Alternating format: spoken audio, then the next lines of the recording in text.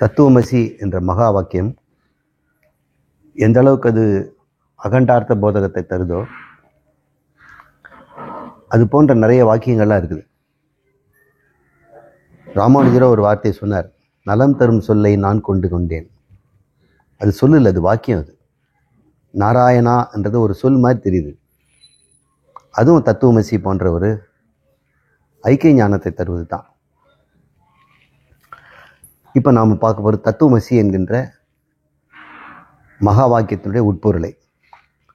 அதில் துவம் பதம் என்று சொல்லக்கூடிய தத்து துவம் அசி என்று 3 இருக்கிறது. இல்லை தத்பதத்தை பின்னாடி இப்போ சொல்லுவேன் 30வது பாடல்லேருந்து. இப்பொழுது துவம் பதத்தினுடைய அர்த்தத்தை எடுக்கிறார். துவம் என்பது நீ,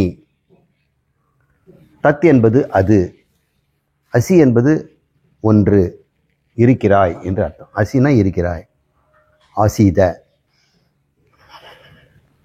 இதில் 11வது பாடல் நம்ம பார்த்தோம்.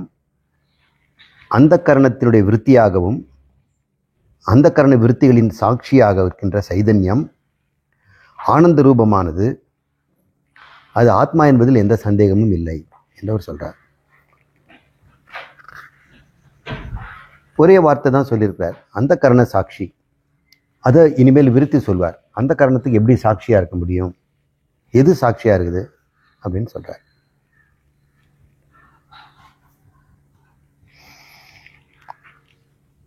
பாடல் 12 இருக்குதாமாங்க. சத்யானந்த ஸ்வரூபம் தி சாட்சினம் போத விக்கிரகம் சிந்தையாத்மாதயா ஆத்மதயா நித்யம் த்யக்த்வா தேகாதிகாம் தியாம். ஒரு உபதேசம் சொல்றாரு. ஏ மகனே, அந்த சாட்சியாக இருக்கின்ற சைதன்யம் உன்னுடைய ஆலய விஞ்ஞானம்னு சொல்லக்கூடிய உன்னுடைய நான் என்கின்ற விருத்திகளும், பிரத்ய விஞ்ஞானம்னு சொல்லக்கூடிய இதம் விருத்திகளும் தொடர்ந்து உள்ளத்திலே தோன்றிக்கொண்டே இருக்கின்றன. உன் உள்ளம் இடைவிடாது ஒரு எந்திரமாக செயல்பட்டு கொண்டிருக்கிறது. அந்த எந்திரம் நீ அல்ல. அந்த எந்திரத்தை முடுக்கி விட்டவன் நீ. அனாதி காலத்திலேருந்து ஒருத்தர் இருக்கிறான். அஞ்ஞானம்ங்கிற ஒன்று இது அனாதி காலத்தை முடுக்கி விட்டுருக்குது. இன்னைக்கு வரைக்கும் அந்த இன்ஜின் நிற்காம போகுது. அந்த இன்ஜினில் 2 பகுதி, ஒன்று துரத்துறது, ஒன்று ஓடிக்கிட்டு இருக்குது. இப்படி அந்த மனோரதம் என்ற என்ஜின் ஓடிக்கிட்டு இருக்குது. ஒவ்வொருத்தருக்கும் எதிலன் மூலம் போகுதுங்கிறது காரண காரியவாதத்தின்படி அது போயிட்டு இருக்குது. எதற்கு எது காரணம்னு யாரும் சொல்ல முடியாது. ஆதி காரணம் ஏதாவது கேட்டோம்னு சொன்னால் அஞ்ஞானம் தவிர ஒன்றும் இல்லை. ஏன்னா அந்த எந்திரம் உண்மையான மாயா எந்திரம். அப்படி ஒரு எந்திரமே இல்லை. அந்த எந்திரத்தினுடைய செயல்களை நானுன்னு நீ தப்பாக புரிஞ்சிட்டு இருக்கிற. உன்னுடைய பங்கு அந்த எந்திரத்துக்கு உணர்வும் அறிவும் ஊட்டுவது தான். அந்த உணர்வும் அறிவும் வைத்துக்கொண்டு அந்த எந்திரம் தனக்கு ஒரு அறிவிருப்பது போலவும், தனக்கென்று ஒரு உணர்வு இருப்பது போலவும், தனக்கென்று ஒரு பிரயோஜனம் இருப்பது போலவும் அது செயல்பட்டு கொண்டிருக்கிறது அப்படின்னு பார்க்குறோம். ஒரு விதை எடுத்து பாறையில் போட்டால் முளைக்கிறது இல்லை.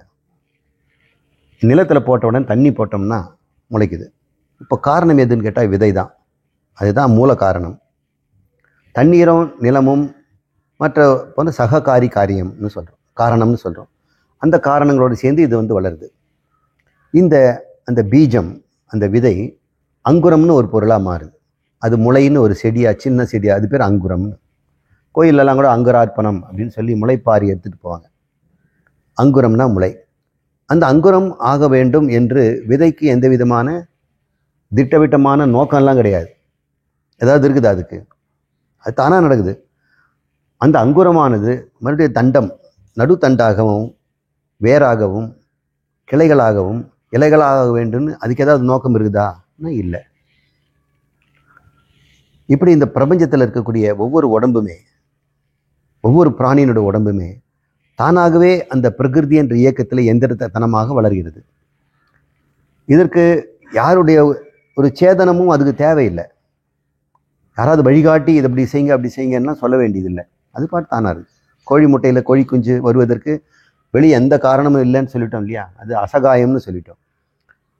அது பார்க்கும்போது எந்திரத்தனமாக தான் நடக்குது. அது துல்லியமாக இருப்பதனால நாம் கொஞ்சம் கவலை இல்லாமல் இருக்கிறோம். அப்பப்போ நம்ம போய் ஏதாவது கைட் பண்ண, இப்படி கொஞ்சம் நல்லா பண்ணிக்க, இப்படி பண்ணிக்கன்னு சொல்லுமா? மூக்கு கொஞ்சம் பெருசாக்கிக்க அப்படின்னு சொல்கிறோமா? இல்லை, இதுதான் உள்ளமும். இதை நீ புரிஞ்சிக்க. அதில் இருக்கின்ற விருத்திகள் ஏமாத்துற மாதிரி, அறிபவன் மாதிரியும் அறியப்படும் பொருளுமாகவே அது நடிக்குது. அது அனாதி காலத்திலேருந்து இது நடிக்கிறதுனால ஒவ்வொருத்தரும் அதில் இருக்கிற ஆத்மா இது மட்டும் நான், இது மட்டும் நான், இந்த மனம் நான், இந்த மனம் நான் தெரியாமல் சொந்தம் காட்டாடிட்டு இருக்கிறோம். தெரியாமல் ஒன்றை இதுதான் நானுன்னு சொன்னதுனால இதில் விடுவிட முடியாமல் தவிக்கிறோம். இது பார்ப்பதற்கு அது எந்திரம்ங்கிறத நீங்கள் சாட்சியாக இருந்து பார்க்க கற்றுக்கணும். எப்படி இந்த விருத்தியில் வரக்கூடிய வாழைப்பழம் முதலானதெல்லாம் இது எது என்று சொன்னவர்கள் அதில் உண்டாகின்ற உணர்வுகளையும் இது என்று தான் சொல்ல வேண்டும், தவிர நான் என்று சொல்லக்கூடாது. ஒருவேளை அந்த நான் என்று நான் சொல்லிக்கொண்டது உண்மையாக இருந்தாலும் கூட இப்பொழுது சாட்சியாக நின்று அந்த நானும் என்னால் அறியப்படுபவன்னு அதையும் தள்ளிடணும். அகங்காரத்தையும் நாம் அல்லன்னு தள்ளிடணும். அதனால் அவர் சொல்கிறாரு, அந்த சாட்சி சுரூபமான சைதன்யம் ஒன்று இப்போ கண்டுபிடிச்சோம் இல்லையா? அது இன்னும் நீங்கள் கண்டுபிடிக்காமல் இருக்கிறீங்களா? எல்லாரும் கண்டுபிடிச்சாரு. ஆமாம், அந்த ஆத்மாவை எல்லாம் தரிசனம் பண்ணியாச்சு. தரிசனம் பண்ணுறதுன்னா என்ன? அதுவாக இருக்கிறது தான். அதுவாக இருத்தல் பேர் தான் தரிசனம்னு அர்த்தம். அது சத்தியானந்த ஸ்வரூபம் அப்படின்னு அதுக்கு பேர் வச்சிருக்கு. சத்தியம், ஞானம், அனந்தம்னு வேதம் சொல்லும். இது சத்திய ஆனந்தம்னு சொல்லுது. சத்தியம்னா இருக்குது, முக்காலமும் இருப்பது. ஆனந்தம்னா எல்லையற்றது, பூர்ணம், முழுமையானது, திருப்தியானது அப்படின்னு அர்த்தம். சரி, அதையே ஞானம்னு சொல்லாமல் விட்டாங்கன்னா, சரி ஆனந்தம்னு சொல்லியாச்சு, பாறையிலேருந்து ஆனந்தம் வருமா? ஜடத்துலேருந்து ஆனந்தம் வருமா? சைதன்யத்துலேருந்து தானே ஆனந்தம் வரும். அது அறிவு பொருளாக இருந்தால் தான் அது ஆனந்தம்னு சொல்ல முடியுமே தவிர அறிவற்ற ஜடத்துக்கு ஆனந்தம்னு சொல்ல முடியாது. அதனால் தேவையில்லாத வார்த்தையில் டெலீட் பண்ணிடலாம் இல்லையா? இங்கே மீன் விற்கப்படுகிறது என்பதில் உங்களுக்கெல்லாம் தெரிஞ்சு போச்சு. ஒருத்தன் கடை வச்சிருக்கான், இங்கே புதிய இன்று நல்ல மீன் விற்கப்படுகிறது. அது எதுக்கு? நல்ல மீன், நல்ல மீனை தானே விற்பாங்க. கெட்ட மீன் யாரோ விற்பாங்களாண்ணா? சாரிங்க சார் அடிச்சுட்டான். இங்கே மீன் விற்கணும், இங்கே விற்காம வேற எங்கே வைப்பாங்க? இங்கே தான் அதையும் அடிச்சுட்டேன். மீன் விற்கப்படுகிறதுன்னு போட்டிருந்தது. இதுதான் பார்த்தாவே தெரியுது, ஸ்மெல்லு ஊரெல்லாம் தோகுது. இதாக போர்டு வேற வேணுமா? மீன் விற்கப்படுறது எடுத்துட்டான். இதுதான் ப்ராப்பர் எடிட்டிங். சினிமாவில் நிறைய அது மாதிரி எடிட்டிங் பண்ணாக்கா வணக்கம் முடிவுன்னு தான் இருக்கும், நடுவில் ஒரு பிரயோஜனம் இல்லை. அந்த மாதிரி எடிட்டிங்கில் இந்த சத்தியம் ஞானம் ஆனந்தம் எடிட் பண்ணிடணும். சத்தியம் ஞானத்தை சரி, அது ஆனந்தம் தான் இருக்குது, அதுவரை இருக்குதுன்னு சத்துன்னு வேறையும் போடுற, அதுவும் தேவையில்லைல்ல. இப்போ ஆனந்தம் ஒன்று போதும் இல்லையா? அதுவும் இல்லாமல் சொல்ல முடியாது. அதனால் பிரம்மத்துக்கு ஆனந்தம் என்பது தான் அவருடைய லட்சணம். ஆனந்தம் பிரம்ம இது விஜானீத அப்படின்னு சொல்லு, விஜானியாத்.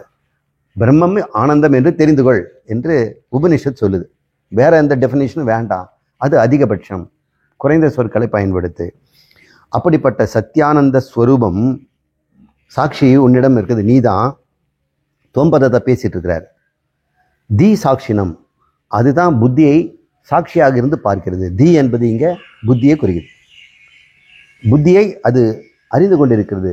புத்தி தான் ரெண்டாக பிரிஞ்சு வேலை செய்யுது. இப்போ ஆலய விஞ்ஞானம், பிரத்யேக விஞ்ஞானம், அகம் விருத்தி, இதம் விருத்தி, நான் இது, நான் உலகம் அப்படின்னு வச்சுக்கோங்க.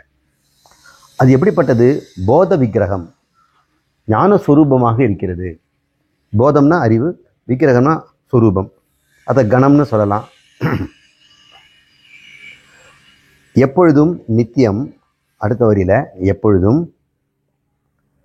தெக்துவா தேகாதிகம் தியம், உன் புத்தியிலிருந்து, தியம்னாக்கா புத்தி, அந்த புத்தியிலிருந்து நான் தேகம், சூக்ஷ்ம தேகம், நான் உள்ளம், நான் இளைத்தவன், பருத்தவன், கருத்தவன், மெலிந்தவன், நான் வருத்தப்படுபவன், நான் துக்கப்படுபவன், சக்தியற்றவன் அப்படின்னு பிராணமய கோஷம், சரீரம், இந்த ஸ்தூலமயத்தில் அன்னமய கோஷம், இதெல்லாம் நானுங்கிறத தெக்துவா விட்டுவிடு. தெக்துவா தேகாதிகாம் தியாம், புத்தியிலிருந்து விட்டு விட்டு என்ன பண்ணணும்? நித்தியம் சிந்தை ஆத்மதயா, நான் இந்த ஆத்மா என்று நினைத்து கொண்டிரு, எப்பொழுதுமே ஆத்மாங்கிறத மறந்துடாத அப்படின்னு சொல்றார். 13வது பாடல்.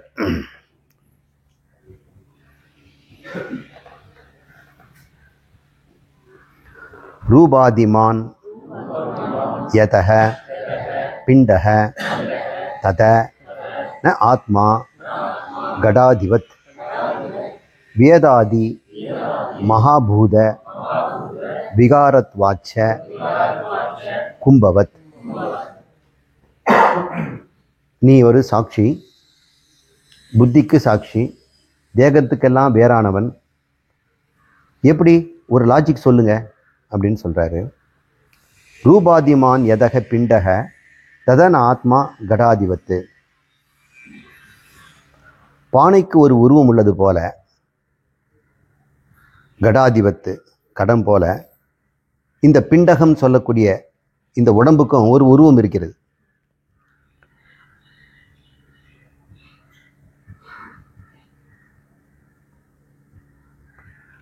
இந்த உருவம்னு வந்துடுச்சுனாவே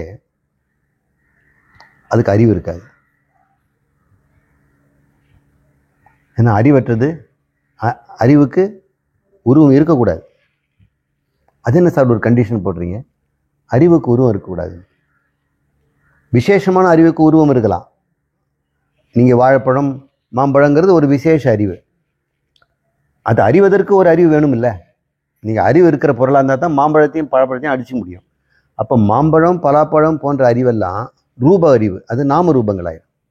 ஆனால் அது அறிவதற்கு உங்ககிட்ட முதல்ல ஒரு அறிவு இருக்கணும் இல்லை?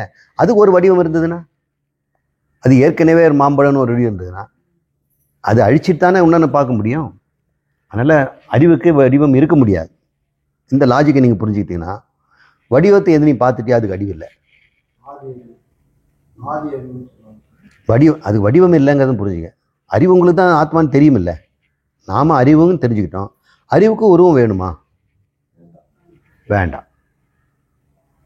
இருந்ததுன்னா அதை கழட்டி எடுத்து வச்சிடலாம் இல்லையா? உருவமாக இருந்ததுன்னா அதை எடுத்து வெளியே வச்சிடலாம். அப்புறம் ஒருத்தருக்கு அறிவு பத்தலைன்னா ஒருத்தர்கிட்ட அறிவு கொஞ்சம் வெட்டி இவர்கிட்ட கொடுத்துடலாம்.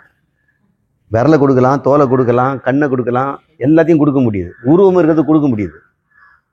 அறிவை நீங்கள் போதனை பண்ணி தான் கொடுக்க முடியும். நீங்கள் அறிவை வெட்டி கொடுக்க முடியாது. அதுக்கு ஒரு உருவம் இருக்கக்கூடாதுன்னு அர்த்தம். அது அனந்தம்னு வேற சொல்லியாச்சு, அளவற்றதுன்னு சொல்லியாச்சு, பூர்ணம்னு சொல்லியாச்சு. அதை எப்பவுமே துண்டு பண்ண முடியாது. அப்படிப்பட்டது அறிவாக இருந்ததுன்னா இந்த ரூபாதிமான் யதக பிண்டக ஆத்மா கடாதிபத் ந ஆத்மா கடாதிபத். குடம் போன்றியதுக்கெல்லாம் ஒரு உருவம் இருக்கிறது.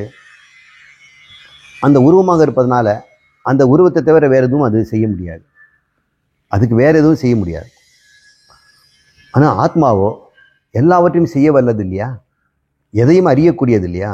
எதையும் அறியக்கூடியதுன்னு சொன்னால், எதையும் உணரக்கூடியதுன்னா அதற்கு ஒரு அறிவு, அதற்கு ஒரு சொந்த உணர்வுன்னு இருக்கக்கூடாது. ஒரு உருவம் இருக்கக்கூடாது. இதுதான் முக்கியம். இது உங்களுக்கு தெளிவாக புரிஞ்சிருச்சா? ஆத்மாவுக்கு உருவம் இருக்கக்கூடாது. இல்லைன்றது பெரிய விஷயம் இல்லை. ஆத்மாவுக்கு உருவம் இல்லை அப்படின்னு சாமி சொல்லிட்டாரு அப்படின்னு இருக்கக்கூடாதுன்னு நீங்கள் கண்டுபிடிச்சதான் மனனம். சிரவணத்தில் அது ஈஸி, மனனம் செய்யணும். ஏன் அப்படி சொல்லிட்டாரு? உருவமாக இருந்தால் என்ன? உருவம்னு சொல்லிட்டோம்னா எல்லா மதங்களும் வந்துடும். அப்புறம் நீ எப்படி மோட்சம் அடைவ? இந்த உருவத்தை விட்டு நீ அந்த உருவத்துக்கு போகணும் இல்லை? அப்போ கடவுளுக்கு ஒரு உருவம் வந்துடும். அப்போ உனக்கு இந்த உருவம் கெட்டுடுச்சுன்னா, உருவம் தான் நீனா, உருவம் கெட்ட பிறகு நீ கடவுளை அடைந்தேன்னு எப்படி சொல்லுவ? நீ தான் உருவமே போச்சே, நீ தான் உருவமாச்சே. உருவம் இல்லாமல் இருந்தால்தான் கடவுள் உருவத்தையாவது எடுக்க முடியும். அதனால அவர் சொல்றாரு, ந ஆத்மா கடாதிபத். குடம் முதியலது போல அது ஆத்மா இருக்க முடியாது. வேதாதி மகாபூத விகாரத்வஜ் கும்பவது அப்படின்னு சொல்றார். இந்த சரீரம் எதனால் ஆகப்பட்டது அப்படின்னு கேட்டோம்னா, வியத்துனாக்கா ஆகாயம். வேதாதி அப்படின்னா ஆகாயம், வாயு, அக்னி, நிலம், நீர் என்பது முதலான இதெல்லாம் மகாபூதங்கள்னு சொல்கிறாங்க. மகாபூதங்கள்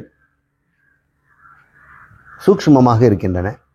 இதெல்லாம் பஞ்சீகரணமாகி மற்ற பௌதிகங்கள் ஆகிறது. பூதம் பௌதிகங்கள். இந்த பௌதிகம்னு நம்ம பார்க்குற பௌதிகம், ஃபிசிக்கல் வேர்ல்டு, இதெல்லாமே பரிணாமத்தினால ஒன்று கலந்து மாறிக்கிட்டே போகுது. அது போன்றது தான் குடமும். குடமும் ஒரு பரிணாம மாற்றம் தான். அதனால் ஆத்மா அப்படிப்பட்டதல்ல. அதான் நீ எப்படின்னு தெரிஞ்சுக்க. இந்த சாட்சி என்று சொல்லக்கூடியது ஆத்மா மாறுதலுக்கு உட்படாதது, உருவமற்றது அப்படின்னு அவர் நிரூபிக்கிறார். இப்போ அந்த பாடல் நம்ம முக்கியம். ஆத்மாவுக்கு உருவம் இல்லைன்னு சொல்லக்கூடாது, உருவம் இருக்க முடியாது. அந்த இது முடியாதுங்கிற அறிவு தான் நமக்கு காப்பாற்றும். இல்லைன்னா வெறும் சிரமணமான இடம். அப்போது பிரம்மமாகிய நான் துக்கமாக இருக்க முடியாதுன்னு சொல்லணும், ஆனந்தமாக இருக்க முடியும்னு சொல்லக்கூடாது. அப்படின்னா அவரால் முடியும், என்னால் முடியல, எப்படி இருக்குது வாழ்க்கை, என்னால் அப்படி இருக்க முடியாது, நான் அப்படிப்பட்டவன் அப்படின்னு முடியாததை சொல்லி பழகிக்கும். அதனால தான் நான் சொன்னேன், எதை சந்தித்தாலும் உங்களை யாரும் சுருக்க முடியாதுன்னு கண்டுபிடிங்க. யார் முன்னிலையும், எந்த சம்பவத்திலும், எந்த பொருள் முன்னாடியும் எங்கும் உங்களை சிறுமை அவச்சின்னம் செய்வதற்கு, பரிச்சின்னம் செய்வதற்கு, துண்டுபடுத்துவதற்கு முடியாது. நீ உடம்பு நீ வேணா சின்னது பண்ணிடலாம், என் மனசை கூட நீ சின்னது பண்ணிடலாம், என் அறிவை கூட ஒரு பெரிய அறிவு முன்னாடி சின்ன கோடாயிட்டேன் நான். அதான் இரு கோடுகளுக்கு அதில் பார்த்தேன். ஒரு பெரிய கோடு வந்தோன்னா இந்த கோடு சின்னதாகிடுது, சின்ன கோடை பெருசாகணும்னா அது ஒரு சின்ன கோடு போட்டால் போயிடும். இதெல்லாம் ரிலேட்டிவாக இருக்குது. அந்த மாதிரியான என்னை சிறுக்கவும் பெருக்கவும் முறைவதற்கு நான் அப்படிப்பட்டது அல்ல, முடியாது அப்படின்னு நீங்கள் சொல்லணும். என்னால் துக்கப்பட முடியாது.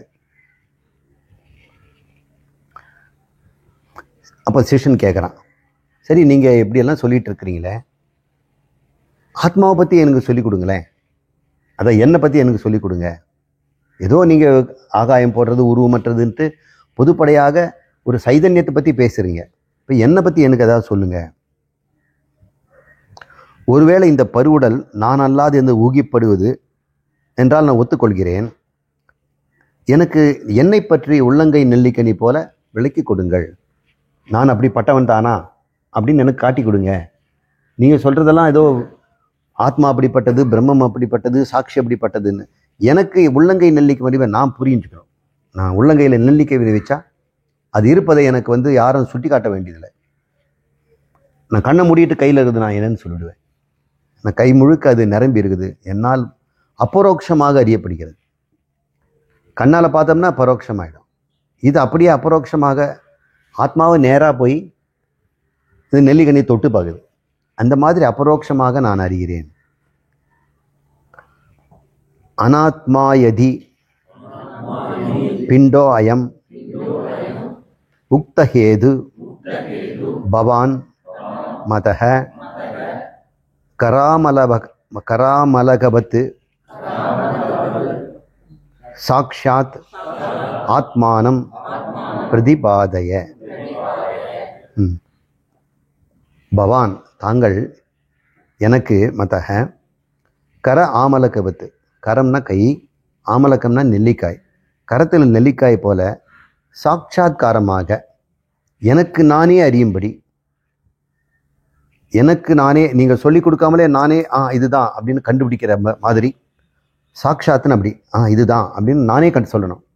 இருங்க யோசனை பண்ணி சொல்கிறேன், டெஸ்ட் பண்ணி சொல்கிறேன்லாம் சொல்லக்கூடாது. அப்படி யோசனை பண்ணி சொல்கிறேன்னா அது அனுமானம் ஆகிடும். டெஸ்ட் பண்ணி சொல்கிறேன்னா அது பிரத்யட்சமாயிடும். நான் என்னை எப்படி உணர்றேன் அப்படிங்கிறத சாக்ஷாத்துன்னு சொல்கிறாங்க. அது ஆத்ம சாட்சாத்காரம். அதுக்கு உதாரணம் நெல்லிக்கனியை நாம் கையில் வைத்து கொண்டு அறிவது.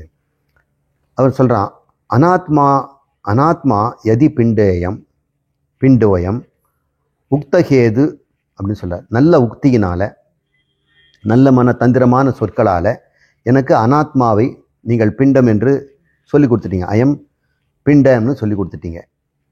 ஆனால் ஆத்மாவை நெல்லிக்கனி போல் எனக்கு காட்டி கொடுங்களேன். அனாத்மாவை நீங்கள் காட்டி கொடுத்துட்டீங்க, அது இல்லைன்னு தெரிஞ்சுக்கிட்டேன் அப்படின்னு சொல்கிறாரு. குரு உவாச்ச கடத்ரஷ்டா கடாபின்னஹ சர்வதா ந கடோதயதா சர்வதா ந கடோ யதா தேக திரஷ்டா ததா தேகோ நாகம் இதி அவதாரய. அவதாரய அவதாரன்னு வந்தாக்கா புரிந்துகொள், புரிந்துகொள், அவதானம் செய்துகொள். இலங்கையில் அப்படி சொல்லலாம், அவதானிக், கவனிச்சுக்க, கேட்டுக்க, தெரிஞ்சுக்க. கட திரஷ்டா, கடன்னு வரும், 4வது எழுத்து.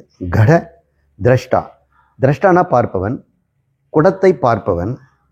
கடா பின்னக, குடத்திலிருந்து வேறானவன் அவன். சர்வதா ந கடோ யதா, எப்பொழுதுமே அவன் குடமாவதில்லை. இது ஒரு லாஜிக். இந்த குடத்தை நான் பார்த்து விட்டதால் இது நான் குடம் இல்லைன்னு சொல்கிறோம். அப்போது எதையெல்லாம் நீ பார்த்துட்டியோ அது நீ கிடையாது, எந்த காலத்துலையும் நீ ஆக முடியாதுங்கிறார். இன்னும் கொஞ்ச நாள் ஆயிடுச்சு நான் குடமாக கூட மாறிடுவேன், நான் பார்த்துக்கிட்டே இருந்தேன் அப்படியே குடமாக மாறிட்டேன் நான் அப்படின்லாம் அதுவும் முடியாது. நீ பார்த்துக்கிட்டு தான் இருப்பதற்கு குடமாக மாட்டேன். கட திருஷ்டா கட பின்னக, குடத்திற்கு வேறானவன், வேறானவன் அவன். இதுக்கு நான் வேற தான். ந கடோ யதா சர்வதா, எப்பொழுதுமே அவன் குடம் ஆக முடியாது என்பது எப்படியோ, யதா எப்படியோ, தேக திரஷ்டா உடம்பை பார்ப்பவன், ததா தேக நாகம், அவன் அகம் என்று உடம்பை சொல்லவே முடியாது என்பதை புரிந்துகொள். அப்போ உடம்புக்கு ஒரு முற்றுப்புள்ளி வச்சுட்டார். இந்த சரீரத்தை நீ பார்த்துக்கிட்டே இருக்கிற, குனிஞ்சு பார்க்குற, நிமிந்து பார்க்குற, கண்ணாடியில் பார்க்குற, தொட்டு பார்க்குற, மோந்து பார்க்குற, எப்படி வேணால் பார்க்குற. உன்னால் அறியப்பட்ட பொருள் நீயாக இருக்க முடியாது. ஏன் நான் அதுவாக இருக்க முடியாது அப்படின்னு? நீ அதுவாக இருந்தனா நீ எதுக்கு அறியணும்? இப்படி தான் நம்ம யோசனை பண்ணணும். நான் அதுவாக இருந்தால் நான் ஏன் அறியணும்? நான் இல்லாதனால இதை அறிஞ்சுக்கிட்டேன். நான் என்னை எதுக்கு நான் அறியணும்? ஏன்னா நான் என்னை அறிந்து கொண்டே இருக்கிறேன். என் உடம்பை தான் நான் எப்பவும் அறியறதில்லை, அப்பப்போ நான் பார்த்துக்கிறேன். ஆத்மாவை நான் என்னைக்கு அறியணும்னு பார்க்க வேண்டியிருக்குமா? என்னை அறியறதுக்கு ஒரு சனமாவது கேப் இருக்கா? இந்த லாஜிக்கை நல்லா யோசனை பண்ணி பாருங்க. நான் ஏன் பார்க்கின்ற பொருளாக இருக்க முடியாது? பார்க்கின்ற பொருளாக இருந்தோம்னா, நான் ஒரு பார்க்கின்ற பொருளாயிட்டேன்னா நான் ஏன் பார்க்கணும்? நான் குடமாக இருந்துன்னு வச்சுங்களேன், நான் குடம்னு என்னை பார்த்துக்குவேனா? இல்லை. நான் தேகம் இல்லாததுனால, தேகத்தை பார்ப்பதனால தேகம் இருக்குதா எப்படி இருக்குதுன்னு பார்க்குறேன். கண்ணாடி முன்னாடி இன்னைக்கு காலையில் எப்படி இருக்குது, அந்த வீக்கம் குறைஞ்சிடுச்சா, நெத்திலங்க அடிப்பட்ட வீக்கம்லாம் இருக்கு இல்லையா, இது குறைஞ்சிடுச்சா கூடிடுச்சான்னு. ஒருவேளை நீ தான் தேகம்னா உனக்கு எப்படி தெரியாமல் போகும் நெத்தியில் இருக்க வீக்கம்? நெத்தி முழுக்க நீ தானே இருக்கிற. ஆத்மா வேறையாக இருக்கிறதுனால தானே அது உன்னன்னு பார்க்குது. நீ தேகமாக இருந்தால் தேகம் எல்லா நேரமும் அறிஞ்சிக்கிட்டே இருக்கணும். அப்போ தேகம் அறிவுடையது, ஆத்மா அறிவுடையது. தேகம் ஆத்மாவாக இருந்தால் தேகம் அறிவுடையதாக இருக்கணும். தேகம் அறிவுடையதுன்னா எப்போ அறிஞ்சிக்கிட்டே தான் இருக்கணும். அப்படின்னா தூங்கும்போது அறியணும், செத்த பணமும் அறியணும். அப்படி நம்ம பார்க்குறதே இல்லையே. அதுதான் லாஜிக். கடதிரஷ்டா கடா பின்னக சர்வதானா கடோ யதா தேக திரஷ்டா ததா தேகோ நாகம் இது, நான் அந்த உடம்பு அல்ல என்று கவனித்துக்கொள் அவதாரைய.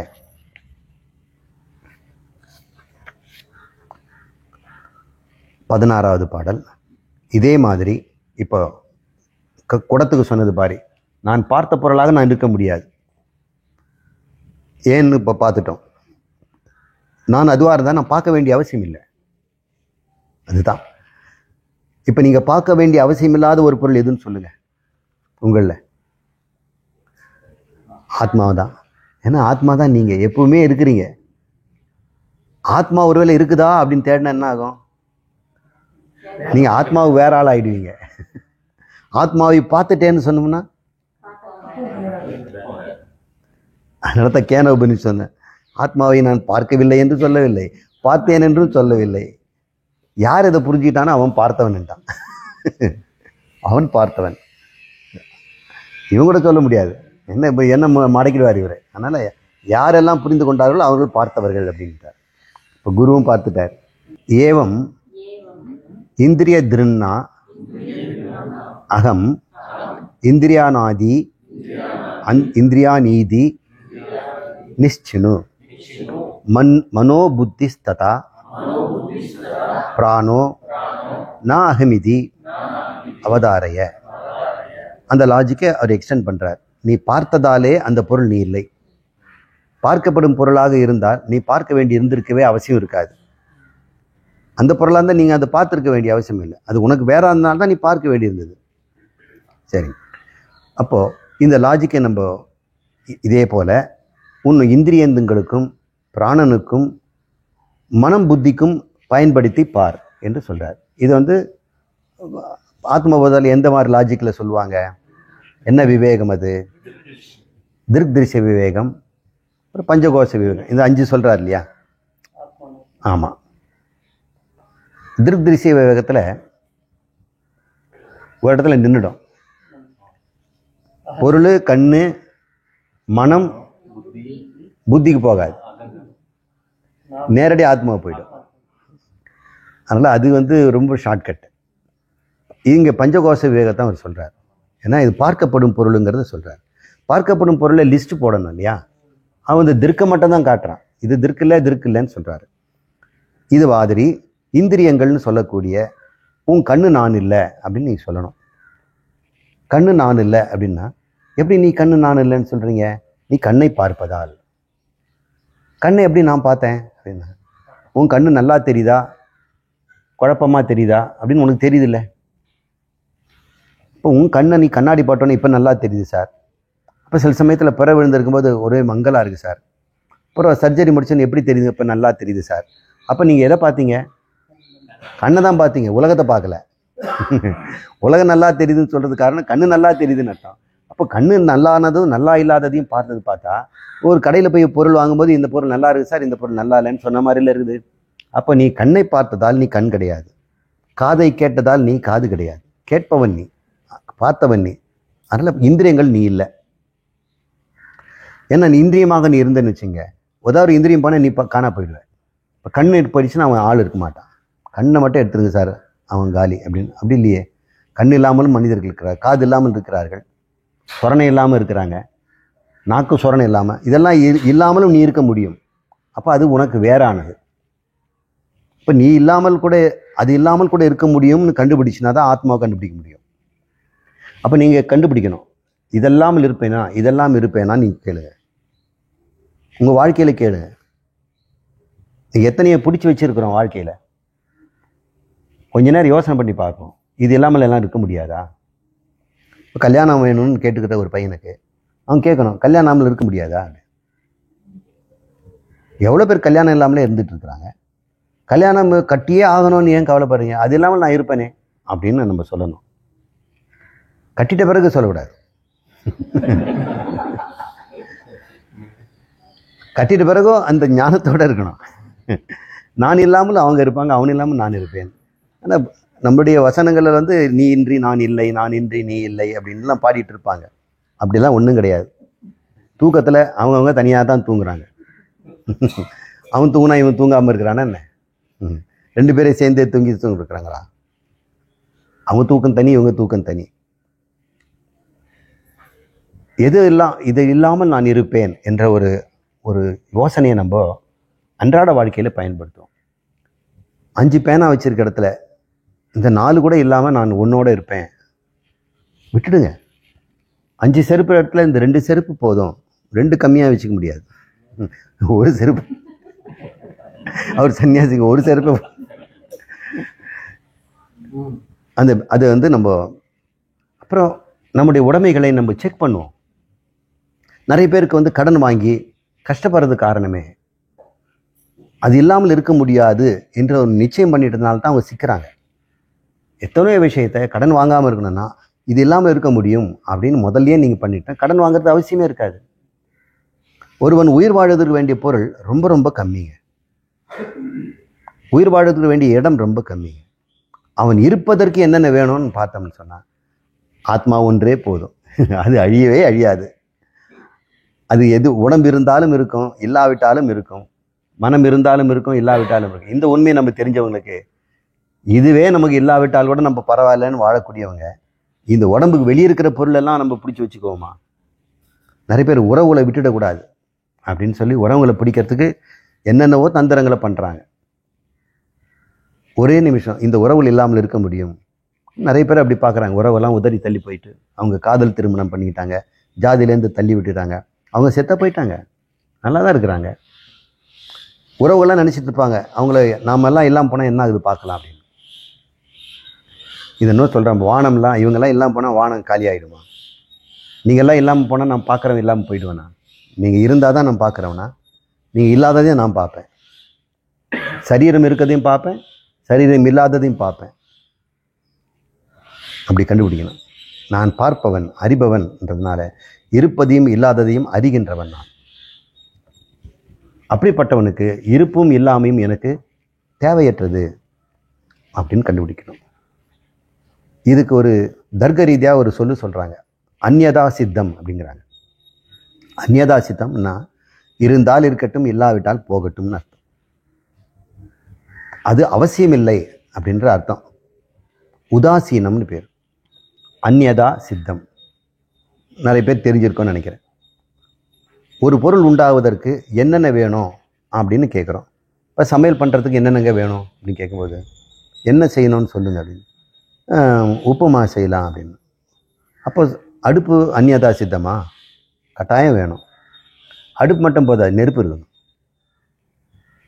அப்புறம் பாத்திரங்கள் இருக்கணும், இப்போ தண்ணி இருக்கணும், உப்புமா செய்வதுக்கு வேண்டிய சாமகிரி அதெல்லாம் வேணும். ஆனால் அது பக்கத்தில் அலங்காரமாக திரை சீலை இருக்கணும். அடுப்புக்கு மேலே ஒரு கபோர்டு இருக்கணும். இந்த சமையல் பண்ணுற இடத்துல ஒரு பாட்டு கேட்டுட்டு இருக்கணும்.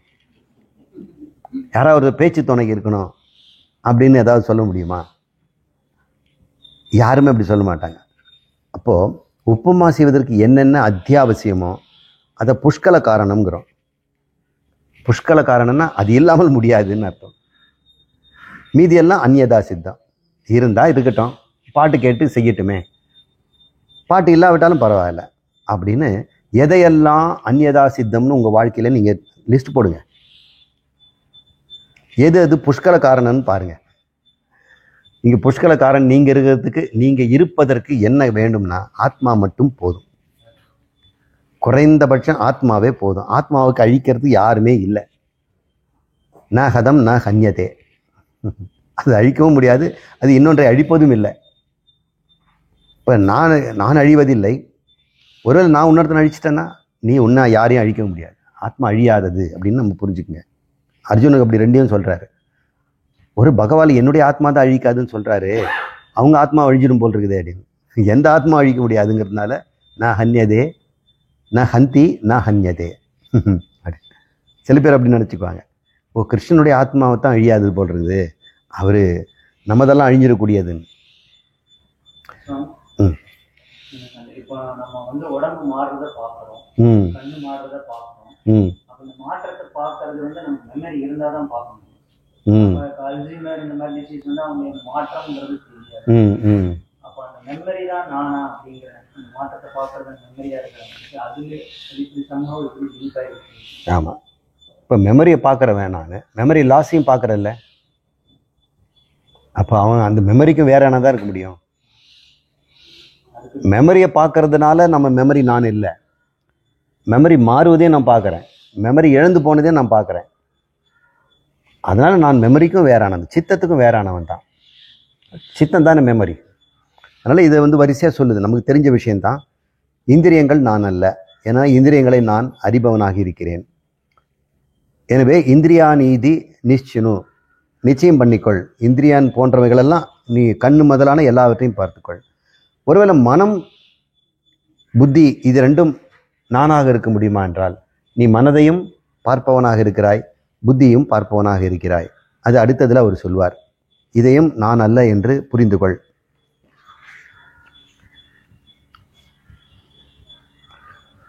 சங்காதோ அபி ததா நா அகமிதி திருஷ்ய விலக்ஷணம் திரஷ்டாரம் அனுமானேன நிபுணம் சம்பிரதாரய. சம்பிரதாயம்னா தீர்மானித்துக்கள், நிபுணம்னா நிபுணத்துடன் புத்திபூர்வமாக தெரிந்து கொள். இதை சொன்னாங்க அப்படின்ட்டு ஒத்துக்காத, நீயே அதை புத்திபூர்வமாக தெரிந்து கொள்ளனா நிபுணம். நம்ம ஒன்று அந்த வார்த்தையை பயன்படுத்த பெரிய நிபுணன் அப்படின்னு, புத்தி உடையவன். சங்காதோ அபி, சங்காதங்கிறது வந்து இந்த உடம்பை தான் சொல்கிறார். இதை சங்கருடைய ஸ்டைலே இதுதான், சங்காதோ அப்படின்னு சொல்லுவார். காரிய கரண சங்காதோ அப்படிங்கிறார். இந்த காரியம், இந்த உடம்புக்கு காரியம்னு பேர். பிரம்மந்தான் காரணம் அல்லது அவித்யா காரணம். அவித்யா ஏன் பிரம்மம் காரணம் அவித்யா காரணம் ரெண்டு சொல்கிறேன்னா, அவித்யாங்கிறதும் பிரம்மந்தான். அது எப்படி? பிரம்மம்னா வித்யா, சரி அவித்யா எங்கே இருக்கும்? ஏன்னா அறிவுடையதில் தான் அறிவு இல்லாமல் இருக்க முடியும். இதுக்கு அறிவில்லைன்னு நம்ம சொல்ல வேண்டியதே இல்லை. இதுக்கு ஒருவேளை அறிவு இருந்து, சார் இன்னையிலேருந்து இதுக்கு அறிவு கிடையாதுன்னு நம்ம சொல்லலாம். நேற்று வரைக்கும் அறிவோடு இருந்தது சார், இன்னைக்கு இல்லை. இப்போது அறியாமை இருக்கிறதுக்கு இடம் தருவது எதுன்னா அறிவு தான் தர முடியும். இது தெரிஞ்சாவே நாம் யாரும் கண்டுபிடிச்சிடலாம் அறியாமை எப்படிப்பட்டதுன்னு. அறிவு இருக்கிற இடத்துல அறியாமை இருக்காது. ஆனால் அறியாமை இருப்பதற்கு அறிவு தேவை. அந்த விளக்கமே வேண்டாம். எதுக்கு இந்த மாயாவை கொண்டு வரோம்? சும்மாவே யோசனை பண்ணி பாருங்களேன். அறியாமை இருப்பதற்கு அறிவு வேணும், அறிவு இருக்கிறதுக்கு அறியாமத்தோனை வேணுமா? இது போதும். அறியாமை இருக்கணும்னா கட்டாயம் அந்த இடத்துல அறிவு இருக்கணும். ஆனால் அறிவு இருப்பதற்கு அறியாமை அந்நியதா சித்தம். அது இருந்தால் இருந்துட்டு போகுது, இல்லாமனா போகுது. இப்போ அறிவு இருக்கிறதுல அறியாமை இருக்காது சார், தெரிஞ்சுக்கிட்டல. அப்போ அறியாமை இருக்குதே, அப்போ உனக்கு தெரியலன்னு அர்த்தம். அப்போ எங்கே இருக்குதுன்னு கேளு, அது அறிவில் தான் இருக்குது. உன் அறிவில் தான் அறியாமல் இருக்குது. நான் பிரம்மம் என்ற அறியாமை உன் அறிவில் தானே இருக்குது. இப்போ அறிவில் தான் அறியாமல் இருக்க முடியும். என்ன சார் அறிவுன்னு சொல்லிகிட்டே இருக்கிறீங்களே, நல்லா யோசனை பண்ணிப்பார். உன் அறிவில் தான் அறியாமை இருக்கிறது, உன் அறிவில் தான் அறியாமை இருக்கிறது. உன் அறிவு பிரம்மம். அப்போ அறிவில் தானே இருக்குது அறியாமை. அறிவை விட்டு அறியாமை அகலுமா? சரி, அந்த அறிவு எது? பிரம்மம். பிரம்மம்னு தெரிஞ்ச பேர் அறியாமல் இருக்குமா? இருக்காது. அப்போ பிரம்மத்தில் அறியாமல் இருக்குமான்னு கேளுங்க, இல்லைம்பீங்க. ஆமாம். அப்போ பிரம்மத்தில் அறியாமல் இருக்குது, ஆனால் அறிவில் அறியாமல் இருக்குது. சொல்லுகின்ற சொல்ல நம்ம பயன்படுத்துறதுல இருக்குது. அறிவின்றி அறியாமல் இருக்காது. அதனால் அந்த அறிவு பிரம்மம் என்று அறிந்த பிறகு அந்த அறியாமை இருக்காது. ஏன்னா அந்த அறியாமை அதுதானே, பிரம்மம் நான் தெரியாதது தானே. சங்காதோங்கிறது வந்து காரிய கரண சங்காதம். காரியம் என்பது அவித்யாவில் முதித்த கர்மஜன்ய இந்த சரீரம், இது காரியம். இதில் வந்து கரணம் இருக்குது, அந்த கரணம் இருக்குது, இந்திரியம் இருக்குது. அதனால் காரிய கரண சங்காதம். சங்காதம்னா சமுதாயம், கூட்டம் அப்படின்னு சங்கரனுடைய அவருடைய பாஷ்யத்தில் தான் அதிகமாக இதை பயன்படுத்துகிறார். அதை ஒட்டி மற்றவங்களாம் பயன்படுத்துகிறாங்க. இந்த சங்காதோ அப்படி இந்த சங்காதங்கள் எல்லாமே கதா, அதுபோல் நான் இல்லை என்று, நான் அகமிதி, நான் இல்லை என்று திருஷ்யதே கண்டுகொள். ஏன் பார்ப்பதனாலேயே அது விலக்ஷணம், உனக்கு வேறானது. இந்த திரஷ்டாரம் அனுமானேன நிபுணம் சம்பிரதாரய. அனுமானத்தை கொண்டு, இந்த அனுமானத்தை கொண்டு இந்த திரஷ்டா என்பவன் ஆத்மாதான் என்று நீ தெரிந்து கொள், புத்திபூர்வமாக தெரிந்து கொள். இதுலேருந்து என்ன சொல்ல வர்றாருன்னா, ஆத்மாவை தவிர அறிபவன் எவனும் இல்லை. ஆத்மாவை தவிர அறிபவன் எதுவும் இல்லை. எங்கே அறியப்படுகிறதோ அதுதான் ஆத்மா. ஆனால் நீ வந்து இது அறிகிறது நீ முதல்ல சொன்ன கண்ணை, ஆனால் கண்ணை நீ அறிஞ்சிட்ட. நான் தொட்டு அறிந்தேன்னு சொல்லி கையை வந்து அறிவுறுக்குதுன்னு நினச்சேன். ஆனால் நீ கையில் தொட முடியல, அறிய முடியலன்னு நீ தான் சொல்கிற. இப்போ முன்ன மாதிரி உணர்ச்சி இல்லை சார்னு சொல்கிற. எனவே உன்னால் அறியப்பட்ட பொருள் அறிவு மூல தெரியலாம், ஆனால் அதையும் நீ அறிந்து விட்டால் அது அறியற்ற பொருளாயிடும். குழப்பத்தினால, அனாதிகால பிராந்தியினால் நாம் அறிவை கொண்டு போய் பல இடத்துல வச்சிடுறோம். அறிவை கொண்டு போய் உடம்புல வச்சோம், பிராணனில் வைக்கிறோம், மனசில், இந்திரியத்தில், புத்தியிலலாம் வச்சோம். அப்புறம் தான் தெரியுது இதெல்லாம் நாம் தெரியாமல் அங்கே போய் நான் அதுதான் போய் உட்கார்ந்துட்டு இருந்தேன். இப்போ தான் தெரியுது அதெல்லாம் என்னோட சொந்த வீடு இல்லை, அது வாடகை வீடு. என் சொந்த வீடு என்கிட்ட பெரிய பங்களா ராஜ்யம் இருக்குது, அங்கே நான் போகிறேன்னு தெரியும். இது தெரியாதனால தான் அப்பப்போ அவன் சரீரத்துலேயும் பிராணன்லேயும் அவன் நடமாட்டிகிட்டு இருந்தான். நானை கொண்டு போய் அங்கே வச்சான். இப்போ தெரிஞ்சு போச்சு இதெல்லாம் ஜடப்பொருள்கள். இங்கே இருந்து கொண்டு நான் இருந்ததுனால அது சைதன்யம் போலவும் சேதனம் போலவும் நடந்து கொண்டது. ஆனால் நான் விலகி விட்ட பிறகு அது அச்சேதனமாகிவிட்டது என்று தெரிஞ்சுக்கிறான். இதுக்கு இன்னொரு லாஜிக் தருவார் அவர்.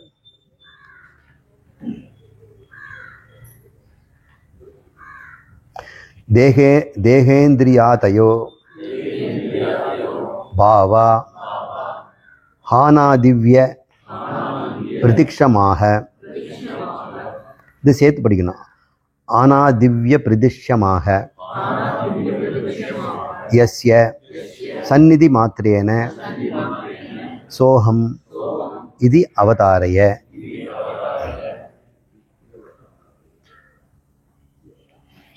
அந்த இடத்துல சங்காதம்னு சொன்னார். இங்கே தேக இந்திரிய தயோ அப்படின்னு சொல்கிறார். இந்த தேகமும் இந்திரியமும் அதுதான் காரண காரிய சங்காதம். அது எப்படிப்பட்டதாக இருக்குது? பாவனா இருக்கிறது. எப்படிப்பட்டதாக இருக்கிறது? ஹானா திவ்ய பிரதிக்ஷமாக, எடுப்பதும் விலக்குவதுமாக, விடுவதும் கொள்வதுமாக. அப்படிதான் அந்த வல்லமை தான் அது இருக்கிறது. அது விடுது, எடுக்குது. யாருடைய திறமையினால செய்து அப்படின்னு கொஞ்சம் யோசனை பண்ணிப்பார் அப்படின்னு கேட்குறார். இது கேன உபநிஷத்தில் முதல் சொல்லி அதுதான், கேன இக்ஷத கர்ம. யாரால் இதெல்லாம் இயக்கப்படுகிறதுன்னு ஒரு கேள்வியில் தான் ஆரம்பிக்குது. இப்போ நீ கேள், நான் சரீரமும் இந்திரியங்களும் நான் அல்லன்னு சொன்னல, இதுக்கு இன்னொரு சாட்சி சொல்கிறேன். அவை வேலை செய்யுதுன்னு உனக்கு தெரியுது இல்லை? அவை தானாக செய்தா உன்னால் செய்யப்படுகிறதா அப்படின்னு பாரு. யாருடைய சன்னிதானத்தின, யாருடைய உத்தரவின் பேரில், யாருடைய அனுமதியின் பேரில், யாருடைய அனுக்கிரகத்தின் பேரில், யாருடைய தயவின் பேரில் இந்த கண் சிமிட்டுகிறது? கண்ணை நீங்கள் சிமிட்டுறீங்க வைங்க, கண்ணே செய்யணும்னா அது என் நேரம் துடிச்சுக்கிட்டே இருக்கணும், கண்ணை திறந்துக்கிட்டே இருக்கணும். இல்லையே, நான் நினச்சா நான் கண்ணை மூடிடுவேனே, நான் நினச்சா கண்ணை திறப்பேனே. அப்போ கண்ணை திறந்து மூடுறது அதனுடைய விடுதல் கொள்ளுதல், ஹேய உபாதேயங்கிறோம். ஒவ்வொரு உறுப்பையும் நீங்கள் சொல்லி பாருங்கள், அது ஒன்று செய்தே. என்ன செய்கிறது? ஒன்று பற்றுதல் விடுதலாக தான் இருக்க முடியும். உடம்பு ஏதாவது பற்றும் எல்லாம் விட்டுடும், நாக்கு ஏதாவது ருசிக்கும் ருசிக்காமல் இருக்கணும். இதெல்லாம் விடுதல் பற்றுதல் அப்படின்னு நம்ம எடுத்துக்குவோம். இதெல்லாம் யாருக்காக, யாரால் செய்யப்படுது அப்படின்னு கேளுங்க. இந்த கண் சிமிட்டுவதும் கையெடுப்பதும் யாரால்னா என் மனசு. சரி, மனசு இதை நினைப்பதும் அது நினைப்பது யாருக்காக அப்படின்னு பார்த்தோம்னா அது கூட நான் தான் விரட்டுறேன். இந்த புத்தி யாருக்காக செயல்படுது? புத்திக்காகவா? அந்த புத்தியை செயல்படாமல் விடுத்தது நான் தான், புத்தியை செயல்படும்படி செய்வதும் நான் தான். ஏன்னா புத்தி கூட என்னுடைய உத்தரவின் பேரில் தான் வேலை செய்கிற மாதிரி இருக்குதே. இப்போ நம்ம பிரிஞ்சு போகிறோம் பார்த்தீங்களா, நுட்பமாக போகிறோம். அதனால் இந்த இந்த இந்த இந்த ஸ்லோகத்தில் செய்யப்படுதலும் செய்யாமல் இருப்பதிலும் அது ரெண்டு விதமான தன்மைகள் அதுக்கு இருக்குது. கைகளுக்கு எடுக்கலாம், எடுக்காமல் இருக்கலாம், கால்கள் எடுக்காமல் இருக்கலாம், எல்லாமே இருக்கலாம். இது அத்தனையுமே அவைகளுக்கு சுயமான ஆர்ஜிதம் இல்லை, சுதந்திரம் இல்லை. ஆத்மாவின் சந்நிதியில் தான் இதெல்லாம் நடக்குது. ஆத்மாவை எடுத்துட்டோம் சொன்னால் அது பொத்துன்னு சவமாக கிடைக்கும். அவ்வளவுதான். அது எழுந்து நடக்காது, ஒன்றும் பண்ணாது. அது சொல்றார், தேக இந்திரிய தயோ பாவா ஹானாதிவ்ய பிரதிக்ஷமாக. பிரதிக்ஷம்னா வைக்கிறது, ஹானாதுன்னா விடுறது. இது ரெண்டையும் எஸ்ய சன்னிதான மாத்திரேன, எதனுடைய பக்கத்தில் இருப்பதனால், சந்நிதினா பக்கத்து அருகாமையில் இருப்பதினால் நடைபெறுகிறதோ அது நான். சோ அகம். சோகம்னா அதுதான் நான் என்று தெரிந்து கொள். நான்ங்கிற சொல்றதுல இப்போ நான் தான் கண் இமைத்தேன், நான் தான் உதரை திறந்தேன், நான் தான் கேட்டேன், நான் தான் சுவாசித்தேன், நான் தான் துப்பினேன், நான் இது மாதிரி நான் தான் நினைத்தேன், நான் தான் அறிந்தேன், நான் தான் மறந்தேன். அப்போ இதெல்லாம் நடந்த இடங்க.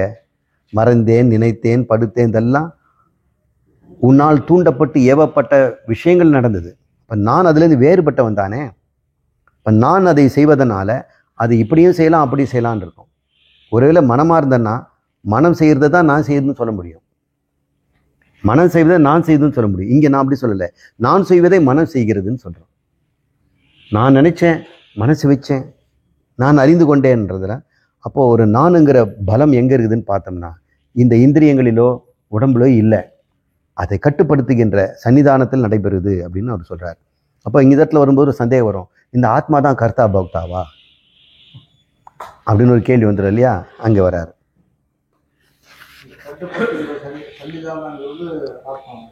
சன்னிதானம்னா அருகாமைன்னு அர்த்தம்.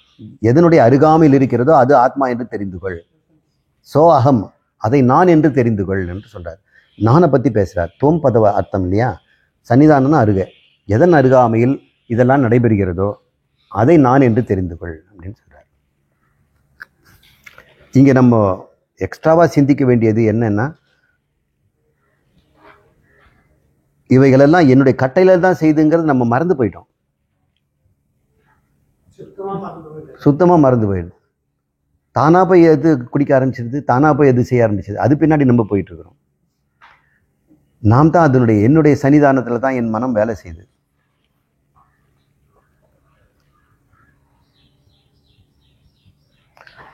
அனாபன்ன விகாரக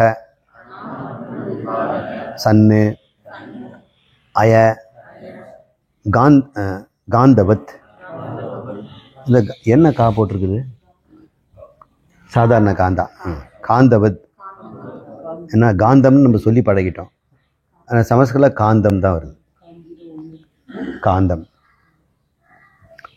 அய காந்தவத், மறுபடியும் காந்தம் தான் வருது. அய காந்தவத் ஏவ யஹ புத்தியாதீம் புத்தியாதீம் சாலயேத் பிரத்யக் ச அகம் இது அவதாரய. இங்கே ஒரு உதாரணம் செய்கிறாரு. என்னுடைய சன்னிதானத்தினால்தான் இதெல்லாம் கண்ணு திறக்குது, காது செய்து, மனம் எண்ணுகிறது, புத்தி சிந்திக்கிறதுலாம் சொன்னோம் இல்லையா. அதில் ஏதாவது சந்தேகம் இருக்குதுங்களா? உங்கள் புத்தியை நீங்கள் மடக்கலாம், நீட்டலாம், பிரிக்கலாம், உங்கள் மனசை குறுக்கலாம், விரிக்கலாம், செலுத்தலாம். அப்போ உங்களுக்கு அது ஒரு கருவியாக போயிடுச்சு. அது நானுங்கிறத நிலையிலேருந்து விடுபடுறதுக்கு இதை சிந்திக்கணும். அது அவதாரைய. இப்போ இதையெல்லாம் இயக்குபவன் நான் என்று நீ தெரிஞ்சுக்கொள். அப்புறம் சொல்கிறாரு, இது எப்படி நடக்குதுன்னு பார்த்தோம்னா, அதப்படி ஆத்மா முன்னிலையில் இது நடக்கும். ஆத்மா தான் எதுவும் நிர்விகாரி, எதுவும் செய்யறது இல்லை. அது எப்படி இதை செய்விக்குது? நீங்கள் தான் சொல்லி கொல்லுவதும் இல்லை, கொல்லப்படுவதும் இல்லைன்னு. இப்போ இங்கே ஏதோ செய்துன்னு சொல்கிறீங்களே, அப்படி அதுக்கு ஒரு உதாரணம் தரார்.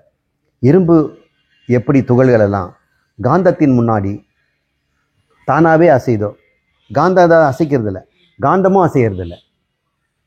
காந்தத்தின் முன்னாடி அந்த இந்த காம்பஸ் நீடில் கொண்டு போனோம்னா அப்படி திரும்புது. அது ஒரு சட்ட காந்தத்தை வச்சு சின்ன காம்பஸுக்கு காம்பஸ் தான் பேர் தமிழில், திசை காட்டின்னு சொல்லலாம். அதை அப்படி கொண்டு போகும்போது அது உள்ள இருக்க முள்ள அப்படியே திரும்புது. நாங்கள் பியூசி படிக்கும்போது முதல்ல இந்த மேக்னெட்டிக் ஃபீல்டுக்கு இது தான் யூஸ் பண்ணோம். அது இன்னும் விளையாடுது. அது முன்னாடி சொல்லி வச்ச மாதிரி அது கிட்ட போனால் அப்படி திரும்புது. இந்த இரும்பு சட்டகாந்தத்தை நாங்கள் அப்படியே வச்சுடுவோம். சிவப்பு கலர் ப்ளூ கலர் போட்டு ஒரு காந்தம் ஒயிட் ஷீட்டில் கொடுத்துருவாங்க. அது சின்னதாக ஒரு மை டப்பா மாதிரி ஒரு காம்பஸ். அந்த காம்பஸ் நார்த் போலில் வச்சிடுவோம். அப்படியே மேலே கொண்டு போவோம், அப்படியே நேரம் நிற்கும். அப்படியே கொண்டு போகணும், திரும்பும். அது போகிற போக்கிலே திரும்பிட்டு போகணும். அந்த போகிற போக்கிலேயே நம்ம திரும்பிகிட்டே வந்தாலும் அப்படியே ரவுண்ட் அடித்து சவுத் போலில் சேரும். அப்படி நிறைய கோடுகளை போடுவோம்.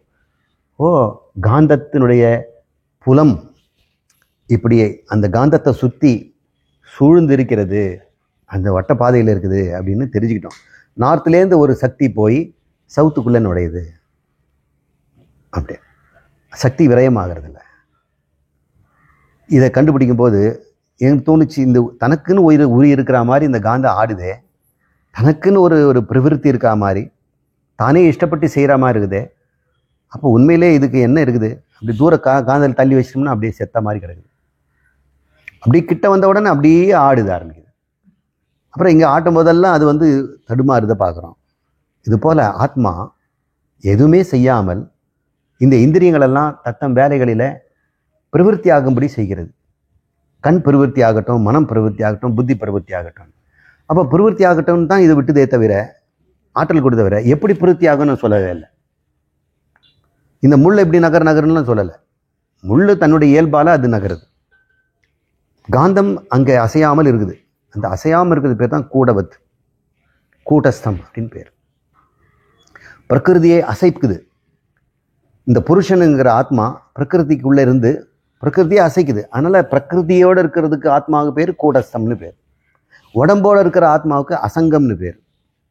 இப்போ கூடஸ்தம்ன்ற வார்த்தையை நம்ம பிரம்மத்துக்கும் ஆத்மாவுக்கு அசங்கம்னு நம்ம பயன்படுத்தணும். சில சொற்களை நம்ம டீச்சர்ஸாக இருந்து அதை ஞாபகம் வச்சுக்கிறது நல்லது. இவர் சொல்கிறாரு, இவ்வாறு இங்கே நம்ம முழுசும் தெரிஞ்சுக்கணும். இந்த புத்தியினுடைய இயக்கத்தை அது கட்டுப்படுத்துறது இல்லை. ஆத்மா இயங்கிறது வேண்டியதை மட்டும்தான் தருது. அது போக்கில் அது செய்யுது.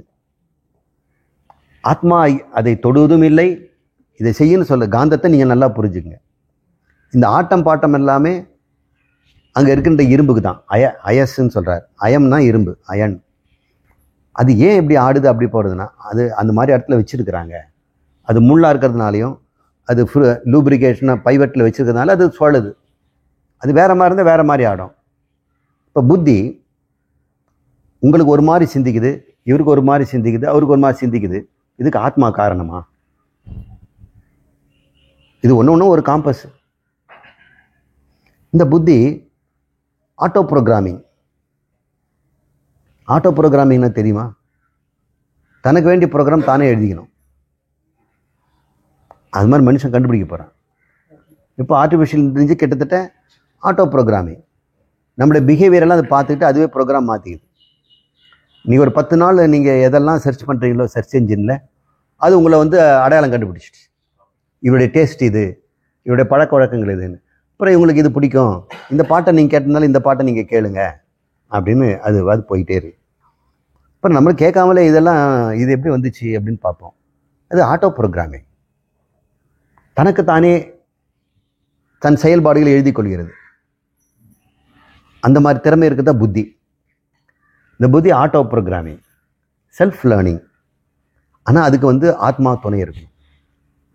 ஆனால் என்ன கற்றுக்கணும், ஏது கற்றுக்கணுங்கிறது புத்தியினுடைய வேலை. அந்த ப்ரோக்ராம் எப்படி எழுது? இப்போ நாமெல்லாம் பிறக்கும்போது ஆத்மாவும் ஃப்ரெஷ்ஷான ஒரு புத்தியும் வந்துருக்குது. ப்ரோக்ராம் எதுவும் ரிட்டன் ஆகலை. இவன் என்ன பண்ணுறான், இந்த ப்ரோக்ராம் எழுதுறதுக்கு வேண்டிய டேட்டாலாம் வேணும் இல்லை. இவன் என்னென்ன பிடிக்கும் என்னென்ன பிடிக்காதுன்னு கூகுள் சர்ச் பண்ணுவான்ல, அந்த மாதிரி இவன் கண் காது இதெல்லாம் மனம் கொண்டு தேடுது. தேடு வந்து பார்க்கும்போதெல்லாம் புத்தி, இவன் அடிக்கடி இதை தான் தேடுறான் அப்படின்னு நினைவு வச்சுக்கும். அப்புறம் இன்னொரு பொருள் பார்க்கும்போது, நீ ஏற்கனவே தேடினல, இந்த பொருள் இங்கே இருக்குதுன்னு காட்டி கொடுக்கும் இந்த புத்தி. அது செல்ஃப் லேர்னிங், அன்கைடட் லேர்னிங். சில அல்காரியத்துக்கு நம்ம கைட் பண்ணணும், சில அல்காரியத்துக்கு நீயே பொழைச்சிக்க அப்படின்னு. இப்போ சிக்னல்லாம் பார்க்கும்பொழுது அதுக்கே வந்து ஆட்டோ ப்ரோக்ராம் கொடுத்துட்டோம்னா, சிக்னல்லாம் தின்னாக இருந்து யாருமே ஜனங்கள்லாம் இல்லாத போது அது டைமிங் அது மாற்றிக்குது. சில நேரங்களில் நிறைய க்ரௌட் ஆகி டிராஃபிக் நிறைய வரும்போது அது டைமுக்கு அது மாற்றிக்குது. அப்புறம் எந்த டைரெக்ஷனில் நிறைய வாகனங்கள் வருது, எந்த இடத்துல கம்மியாக வருதுனால இதுக்கு வந்து 102 செகண்ட் கொடுப்போம், இங்கே 32 கொடுப்போம், இதுக்கு 20 கொடுத்தா போதும். அது தானாக தானாகவே எழுதிக்குது. அதுக்காக யாரும் போய் அதுக்கு சொல்லிக் கொடுக்க வேண்டியதில்லை. இதுக்கு தான் ஆர்டிஃபிஷியல் இன்டெலிஜென்ஸ். ஆனால் அது தானாக செய்வதற்கு அதுக்கு என்ன பிரயோஜனம்? எனக்காக அது செய்யுது. இப்போ நம்முடைய புத்தியும் ஆட்டோ ப்ரோக்ராமிங் இருக்கிறதுனால நாம் ஒவ்வொருத்தரும் ஒரு கதை எழுதுகிறோம். நம்ம வாழ்க்கைக்கு ஒரு கதை. உங்கள் கதை வேறு, உங்கள் கதை வேறு, உங்கள் கதை வேறு. நீங்கள் கதை சொல்ல ஆரம்பிச்சுன்னா ஆட்டோபயோகிராஃபின்னு ஒரு கதை எழுதுவீங்க. அந்த கதையை யார் எழுதுனது? ஆத்மாவை எழுதுச்சு. ஆத்மா வெறும் வெளிச்சம்தான் கொடுத்துச்சு. எழுதுனதெல்லாம் உங்கள் புத்தி. உங்கள் புத்தி தான் நான் இப்படிப்பட்டவன் அப்படிப்பட்டவன் இப்படிப்பட்டவன் ஒரு கதையை எழுதி வச்சிருக்குது. அந்த கதையினுடைய கதாநாயகன் நீ தான். அந்த கதாநாயக குணாதிசயங்களெல்லாம் அதுதான் எழுதி வச்சிருக்குது. எத்தனை கதை எழுதுறது? இந்த கதை முடிஞ்சு போனோடனே, இந்த உடம்பு போனவொடனே அந்த கதை முடிஞ்சு போச்சா? இல்லை. அந்த கதாநாயகன் மறுபடியும் பிறக்கிறான் இன்னொரு உடம்புல. விட்ட இடத்துல கதையை ஆரம்பிக்கிறான். முடிந்த கதை தொடர்வதில்லை இறைவன் ஏட்டினிலே. இங்க ஞானம் வந்து நம்ம போயிட்டோம்னா அவன் எழுதுறது இல்லையா. இது அத்தியந்த பிரளயம்னு பேர். பிரளயங்கள் நிறைய இருக்குது. நித்திய பிரளயம் இருக்குது, கல்ப பிரளயம் இருக்குது, கல்பத்தில் ஒரு பிரளயம் இருக்கும், மகா பிரளயம் இருக்குது. இதுக்கெல்லாம் மறுபடியும் தோன்றும். இந்த ஞானி இருக்கிறானே அவனுடைய பிரளயம் இருக்குதே, அது அத்தியந்த பிரளயம். முற்றும் முதலுமாக அதுக்கப்புறம் பிரளயம், அதுக்கப்புறம் கிடையவே கிடையாது. அதனால இவனுக்கு இறைவன் இந்த ஞானி கிட்ட கதை எழுதுறதில்லை. நாம் தொடர்ந்து விடாமல் கதைகள், நம்ம கதைகளை நாம் விடுவதே இல்லை. கதைங்கிறது ஒரு கற்பனைன்னு புரிஞ்சுக்கிட்டா போதுங்க. நம்ம வாழ்க்கையே கற்பனை. வந்துடும். அத்தியந்த பிரளயம் கிடையாது.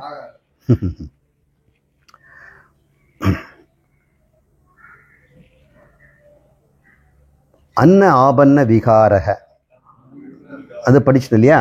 இருந்து கொண்டு, சன்னுன்னா இருந்து கொண்டு, சன்னா இருந்து கொண்டு. எப்படி இருந்து கொண்டு? அனாபன்ன, ஆபன்னம் விகாரம், எந்த ஒரு மாற்றமும் இல்லை. ஆபன்னம்ங்கிறது ஒன்றை நோக்கத்தோடு செய்வது. விகாரங்கிறது ஒரு வடிவ மாற்றம். இந்த நோக்கமோ விகாரமோ எதுவும் இல்லை. ஆபன்னம் விகாரம். அனாபன்னம், எந்த விதமான நோக்கமும் இல்லாமல், குறிக்கோளும் இல்லாமல், எந்தவித விகாரமும் இல்லாமல் இருந்து கொண்டு. யாரு? இந்த ஆத்மா. அயகாந்தவத்து, இரும்பும் காந்தமும் போல, ஏவ புத்தி ஆதியும் சாலையேத், இந்த புத்தி முதலானவற்றை அது இயக்குகிறது. இயக்குகிறதுன்னா தப்பா புரிஞ்சுக்கூடாது. இயங்குவதற்கு உபகாரியாக இருக்கிறது. ஆனால் அது எப்படி இயங்கணுங்கிறது அது சொந்த கதை.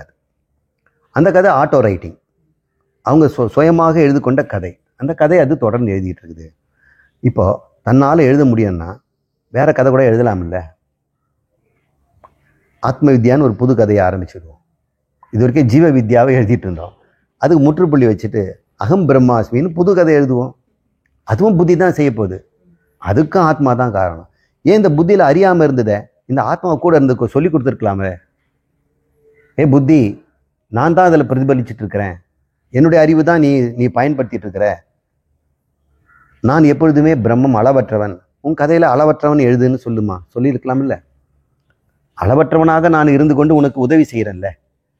அப்போ நீ அதை பயன்படுத்தி நீ வாழும் பொழுது நானும் அளவற்றவன் ஒரு கதை எழுதலாம் இல்லை. எழுதாது. அதெல்லாம் ஆத்மா எதுவும் செய்வதில்லை.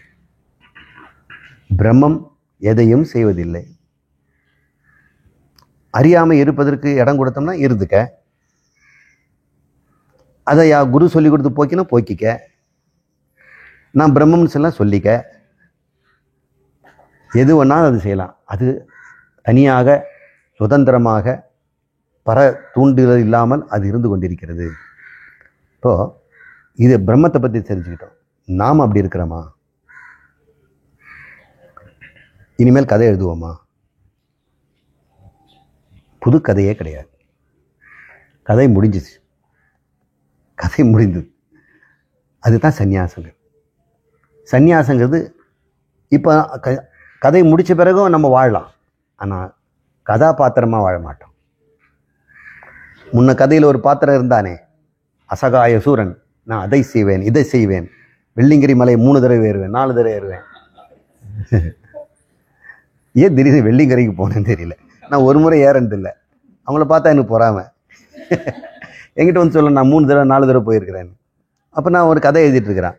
என்னால் முடியல, அதனால் நான் கதை எழுதலை. அது ஒரு பெரிய வெற்றியாக நான் சொல்லிக்கிட்டேன். ஆத்மா கதை எழுத வேண்டியதில்லை. கதை எழுதாமல் வாழ்ந்து கொண்டிரு. கேரக்டர் இல்லாமல் வாழ், வித்தவுட் டேக்கிங் எனி ரோல்.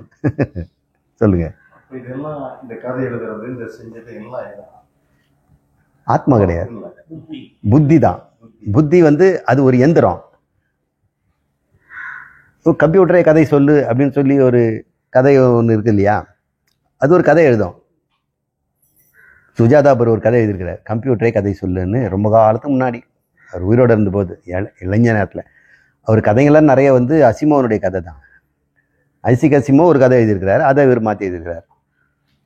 அப்போது அந்த கம்ப்யூட்டருக்கு சரித்திர கால கதை, சாண்டில்யனுடைய 4-5 நாவல், அப்புறம் நவீன கதை, இது மாதிரி சில ஃபேக்ட்ஸ் எல்லாம் கொடுத்துடணும்.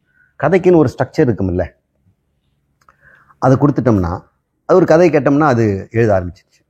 ஒரு லாந்தர் வழக்கை எடுத்துக்கொண்டு அந்த சலங்கை கேட்க அப்படின்னு ரொம்ப தூய மொழியில் பேசும், அப்புறம் மெட்ராஸ் பாஷையில் பேசும், இது மாதிரிலாம் அடிச்சிட்டு இருக்கோம்.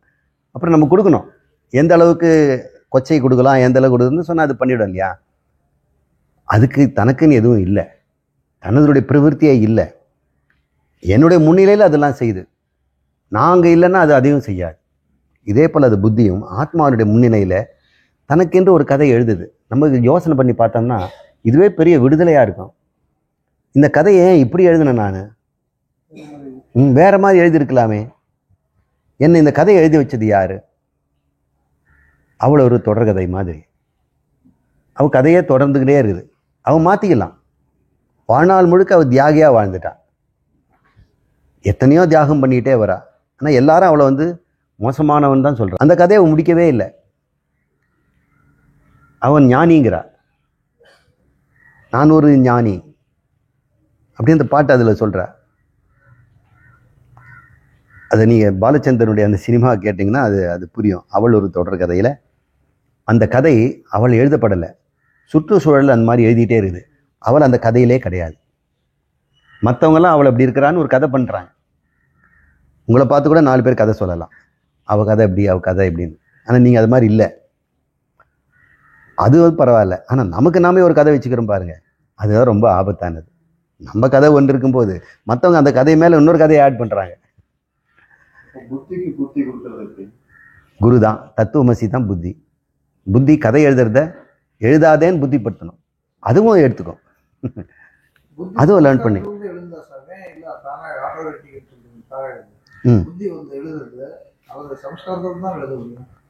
ஆமாம், அந்த சம்ஸ்காரத்தை எழுதுனது யாரு? யாரு? புத்தி தானே. சம்ஸ்காரமும் அதுதான், சம்ஸ்காரத்தை எழுதுனது அதுதான். இப்போ புதுசாக கதை எழுதும், பழைய கதையிலேருந்து தான் எழுதுது. கதை எழுதுறவன் அவன் தான். ஆனால் சம்ஸ்காரம் தான் புத்தி தூண்டுச்சுன்னு சொல்லி புத்திக்கு எதை சப்போர்ட் கொடுக்காதீங்க. சம்ஸ்காரமாக அவன் தான் பண்ணான், எழுத்தாளனே அவன் தான். அவன் பேனா மைத்திற வரைக்கும் எழுதிட்டே இருப்பான், அப்புறம் இன்னொரு இங்கு ரீஃபில் போட்டுக்குவான், இன்னொரு பாடியை எடுத்துக்கிட்டு. இந்த கதையை நிறுத்தணும், அதுக்கு வேண்டிய அறிவும் அவங்ககிட்ட இருக்குது, போதுமான அறிவு அவங்ககிட்ட கொடுக்கப்பட்டிருக்குது. அஞ்ஞானத்துக்கும் ஞானத்துக்கும் இடம் தரும் ஒரு அறிவாக தான் அவன் இருக்கிறான். ஆத்மா ரெண்டுத்துக்கும் அப்பாற்பட்டதாரு, அதில் அஞ்ஞானமும் இல்லை ஞானமும் இல்லை. ஞானம்னுங்கிறது இந்த ரிலேட்டிவ் டேர்ம்ஸில். அனாபன்ன விகாரக சன்னு அயஸ்காந்தவத் ஏவக புத்தி ஆதீம் சாலையேத். இந்த புத்தி முதலானவையெல்லாம் சலனம் செய்து கொண்டிருக்கின்றன. அதுக்கு பின்னாடி இருக்கிற பிரத்யக், இந்த காந்தமாக இருக்கின்ற பிரத்யக்கு ச அகமிதி அவதாரையே. பிரத்யக்னா உள்ளே அப்படின்னு அர்த்தம், உள்ளுரைகின்ற.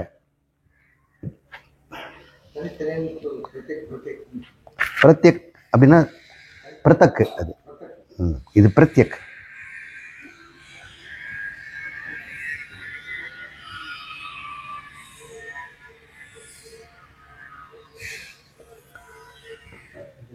அஜடாத்மவத்து ஆபாந்தி யத் சாநித் அஜ்ஜடா அபி தேகேந்திரிய மனஹ பிராணாக சோ அகமிதி அவதாரையேத். இப்போ சொல்றாரு, ஜடமாக இருக்கின்ற அந்த புத்தியும் இந்த பிராணனும் மனமும் இந்திரியங்களும், இது புத்தி மனம் இந்திரியம் பிராணன், பிராணனையும் சேர்த்துக்கிறார். இது எல்லாம் ஜடமாக இருந்து கூட அஜடமாக இருக்கிறது. ஜடம்னா அறிவற்றது, அஜடம்னா அறிவுடையதுன்னு அர்த்தம். ஜடம்னு சொன்னதுனால அஜடம்னு சொல்ல வேண்டும். அஜடம் போல இல்லையே, ஜடம்னு சொல்றீங்க, ஜடம் போல இல்லையே, அஜடமால இருக்குது, ஜடமற்றதாக இருக்குது இல்லையா. ஜடத்துவம் இல்லையே அதில் அப்படின்னு அவங்க சொல்கிறார். ஏன்னா பார்ப்பதற்கு அது அறிவுடையது மாதிரி தான் தெரியுது நமக்கு. சில எந்திரங்களெல்லாம் தானாகவே செய்கிறது பார்த்தோம்னா அறிவுடையது மாதிரி தான் இருக்குது. பக்கத்தில் என்னென்னு பார்க்கும்போது அதுவே ஸ்பின்னு இன்க்ரீஸ் பண்ணுது, அப்புறம் திடீர்னு நிறுத்திக்குது, அப்புறம் தண்ணியெல்லாம் இறைச்சிடுது, அப்புறம் தண்ணியை நிரப்புது, மறுபடியும் சுற்ற ஆரம்பிக்குது, அப்புறம் நம்மளை கூப்பிட்டு எடுத்துகிட்டு போ அப்படின்னு சொல்லுது. என்னவோ நமக்கு அதுக்குன்னு சொந்த அறிவு இருப்பது போல் அது நினைக்குது. நான் இது ரொம்ப காலத்துக்கு முன்னாடி ரொம்ப சிறுவனாக இருக்கும்போது புகாரி ஹோட்டல்னு ஒன்று இருந்தது மெரினாவில். அந்த ஹோட்டலில் ஜூக் பாக்ஸ்னு ஒன்று இருக்கும். அதில் நிறைய ஹிந்தி பாடல்கள்லாம் இருக்கும். அப்புறம் தமிழ் பாடல்கள்லாம் கிராமஃபோன் தட்டுங்க இருக்கும். அது வரிசையாக வச்சுருக்கோம். அது சைடில் வந்து லேபிள் போட்டிருப்பாங்க. பாட்டை நம்ம செலக்ட் பண்ணிவிட்டு அந்த நம்பர் 47 அப்படின்னு அந்த 47 நம்ம தட்டிட்டு நம்ம 4 25 பைசா அதில் உள்ளே போடணும். போட்ட உடனே ஒரு கை வந்து அப்படியே அந்த பிளேட்டை மட்டும் எடுக்கும். அதை அப்படி திருப்பி அந்த டிஸ்கில் கொண்டு போய் வச்சு கையை கொண்டு போய் அதில் வச்சுட்டு வரும். இதுக்கிட்ட தனியாக உயிர் இருக்குது போல இருக்குதே, நம்ம சொன்னது கரெக்டாக அந்த பாருங்க அதே பாட்டு பாடுது அப்படின்னா நமக்கு ஆச்சரியமாக இருக்கும்போது வெரி லைவ்லி அப்படின்ற வார்த்தையை சொல்கிறோம். இட் வாஸ் வெரி லைவ்லி அப்படின்னு, உயிரோட்டமாக இருக்கிறதே அப்படின்னு சொல்கிறோம். அறிவோட்டமாக இருப்பதே அப்படி மாதிரி சொல்கிறோம். சில சமயத்தில் நம்ம சொல்கிறோம் பார் விழப்போகுது அப்படின்னு சொல்கிறோம்.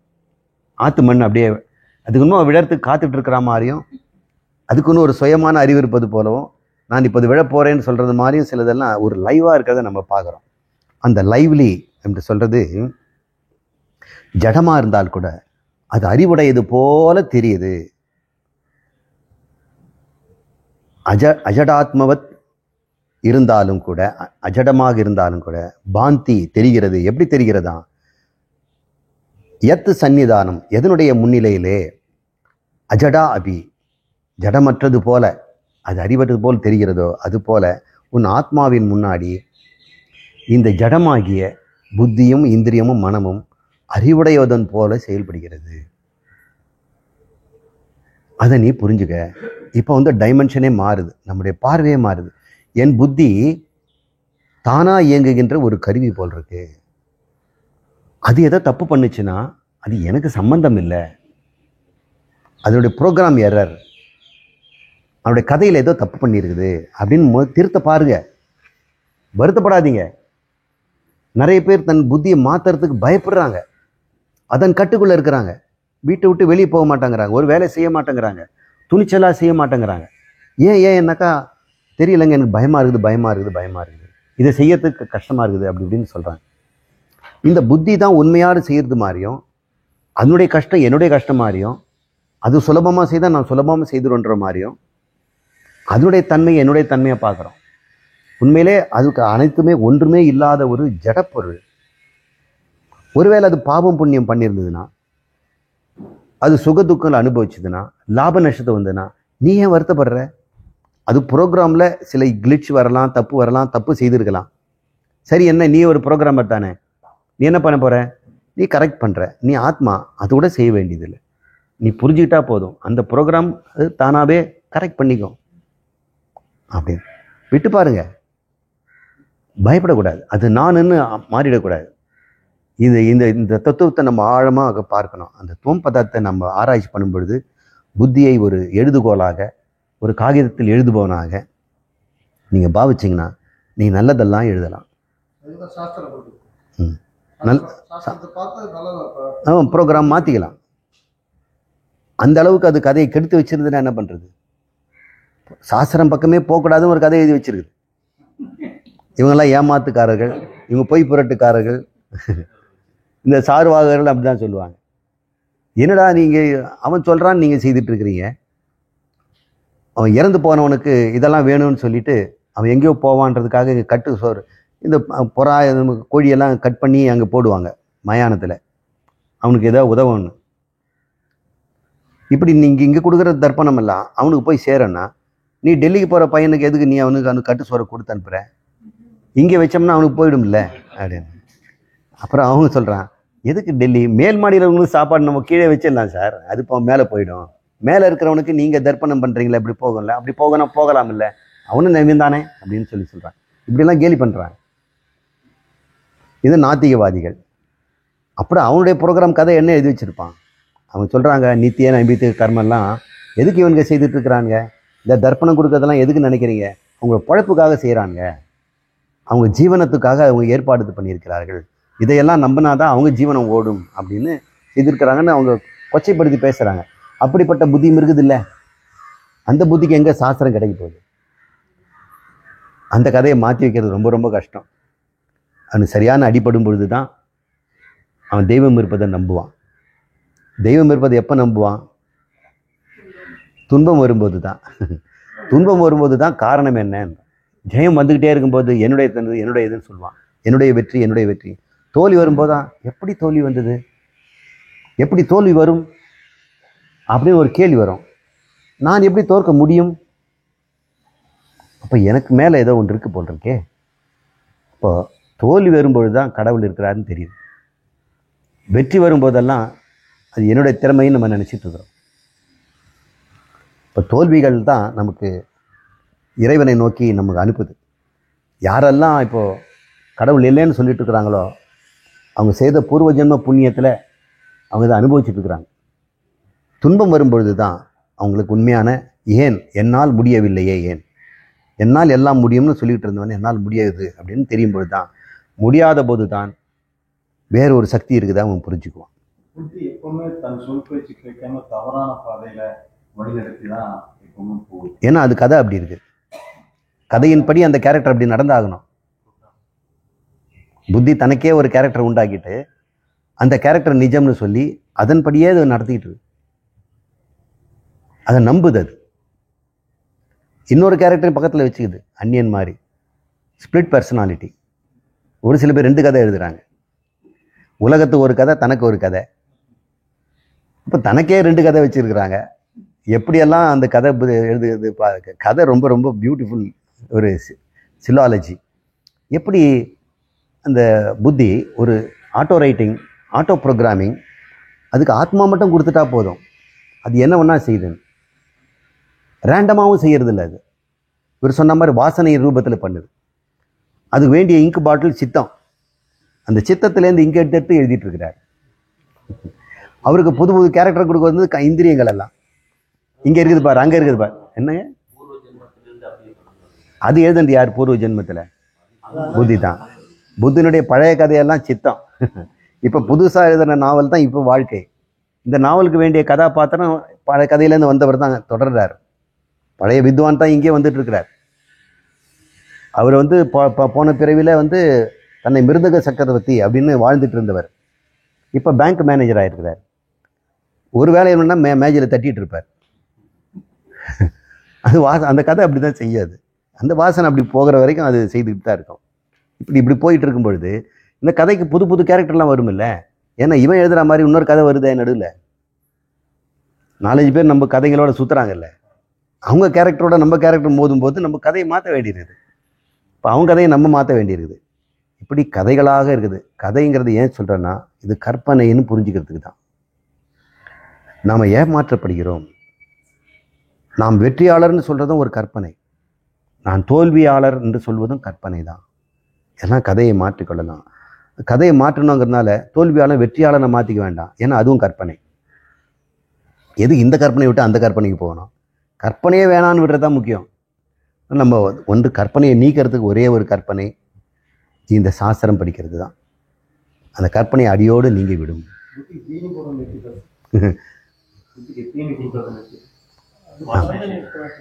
அதுவும் வந்து எழுத்தை குறைக்கும், கொஞ்சம் வேகத்தை குறைக்கும். இவன் வேகமாக கதை எழுதுகிறான். ஐயா சொல்கிற மாதிரி புத்திக்கு தூணி கொடுக்கறது யார்? இந்த மனமும் இந்திரியங்களும் தானே. அதனால் இந்திரிய அடக்கம் சமதமங்களை கொண்டு வர புத்திக்கு கதை எழுதுறது போயிடுச்சு. புதிய சங்கல்பங்களை விட்டுடுது. அதுக்கு இனிமேல் கதையை தொடர்வதற்கு பாயிண்டே கிடைக்க மாட்டேங்குது. போதும் நிறுத்திடலாம் அப்படின்னு நினச்சிட்டான். இல்லை இந்த சீரியல்லாம் எடுக்கிறாங்களே, ஏதாவது கதை அந்தந்த சமயம் நடக்கும்போது அதெல்லாம் சேர்த்துறாங்க. கொரோனா கூட கதையில் வந்துடும் சீரியலில். அண்டண்ட நடக்கிற சுற்றுச்சூழலை கொண்டு வந்து கதையில் உள்ள பூத்துடுறாங்க இல்லையா. அப்போ நீங்கள் சொல்கிற மாதிரி ஃபீடிங்கை குறைக்கணும். அதுதான் மனோநாசம். மனதை நிறுத்தணும், வாசனையும் குறைக்கணும். மனோநாசம், வாசனாச்சயம், இது 2மே நடந்ததுன்னா புத்தி கதை எழுது நின்று போயிடும். நல்ல பாயிண்ட் கொடுத்தீங்க. இதுபோல இந்த தேகம், இந்திரியம், மனம், பிராணன் எல்லாமே ஜடப்பொருள்கள். அவற்றுக்கென்று சொந்த பிரவிற்த்தி கிடையாது. ஆனால் ஆத்மாவினுடைய சன்னிதானத்தில் காந்தம் போல் அவை இயங்குகின்றன. அந்த இயக்கங்கள் ரேண்டம் கிடையாது, கண்ணா பின்னான்னு கிடையாது. அதற்கு ஒரு கோர்வையாக ஒரு வரிசை இருக்கிறதுல, அந்த வரிசை ஏற்கனவே தொடர்ந்த வரிசை. தேகாந்திரத்திலேருந்து பழைய தேகாந்திரத்தை தொடர்ந்த வரிசையிலே இந்த புத்தியும் மனமும் போய்கொண்டிருக்கிறது. இந்த ஒரு அறிவே நமக்கு பெரிய ரிலீஃப் தருது.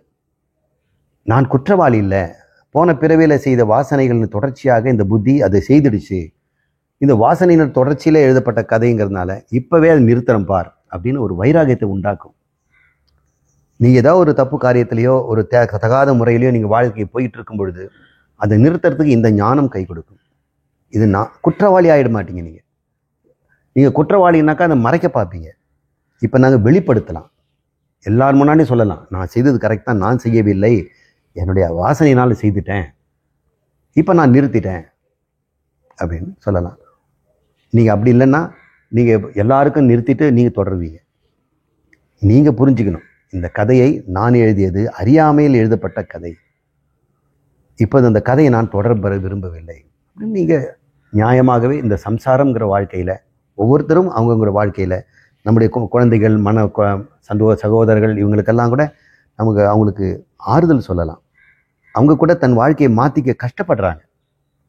மாற்றி எழுத முடியாது, என் தளபதி முடிஞ்சு போச்சு, என்னை விட்டுடுங்க, நான் செத்து போகிறேன், எனக்கு இனிமேல் ஆகாது அப்படின்லாம் சொல்கிறாங்க. அப்படின்லாம் சொல்ல வேண்டாம். இந்த கதையை வேற கதையாக கூட எழுத வேண்டாம். இது கதைன்னு சொன்னால் போதும். இந்த குற்ற உணர்வு இல்லாமல் அவங்க வாழ்ந்து நிம்மதியாக இருப்பார்கள். நிம்மதி வந்துடுச்சுன்னா கதையை நீட்டிக்க வேண்டிய அவசியம் இருக்காது.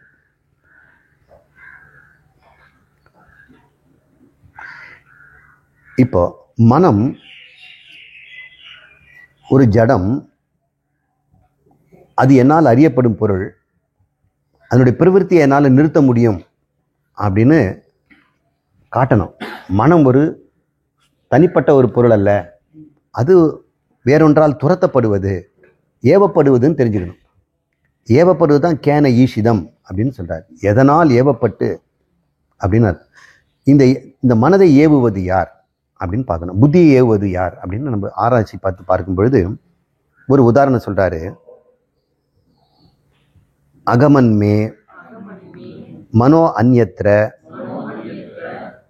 சம்பிரதம் ச ஸ்ரீகிருதம் ஏவம் யோ வேதி தீவ்ருத்திம் சஹ அகம் அகம் இதி அவதாரைய. சோகமித்யவதாரியன்னு வருது இல்லையா, சக அகம் இதி அவதாரைய அப்படி புழக்கணும். சோகம்ங்கிறத ச அகம், இத்துன்னு வரத இதி, அவதாரைய அப்படின்னு வரணும். வந்து யாவாய் போச்சு.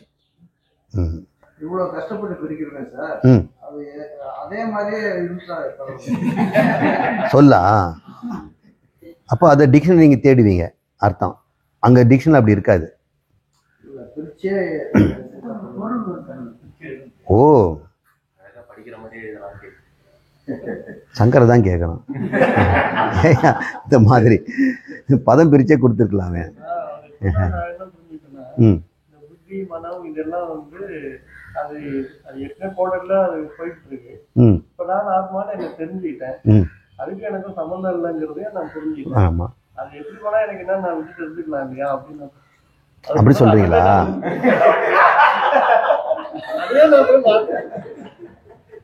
இல்ல, இந்த வார்த்தைய பிரிச்சு போட்டிருக்கலாம்ல ஒரு சங்கரரு. சோ அகமீதி அவதாரையன்னு அர்த்தம். இல்லைன்னு நமக்கு அந்த பொருள் புரியாது இல்லை, பதத்தை பிரிக்கணும்ல, பதச்சேதம் பண்ணணும், பத யுக்தி பண்ணணும், அதுக்கப்புறம் விக்கிரகம் உண்டாகணும்.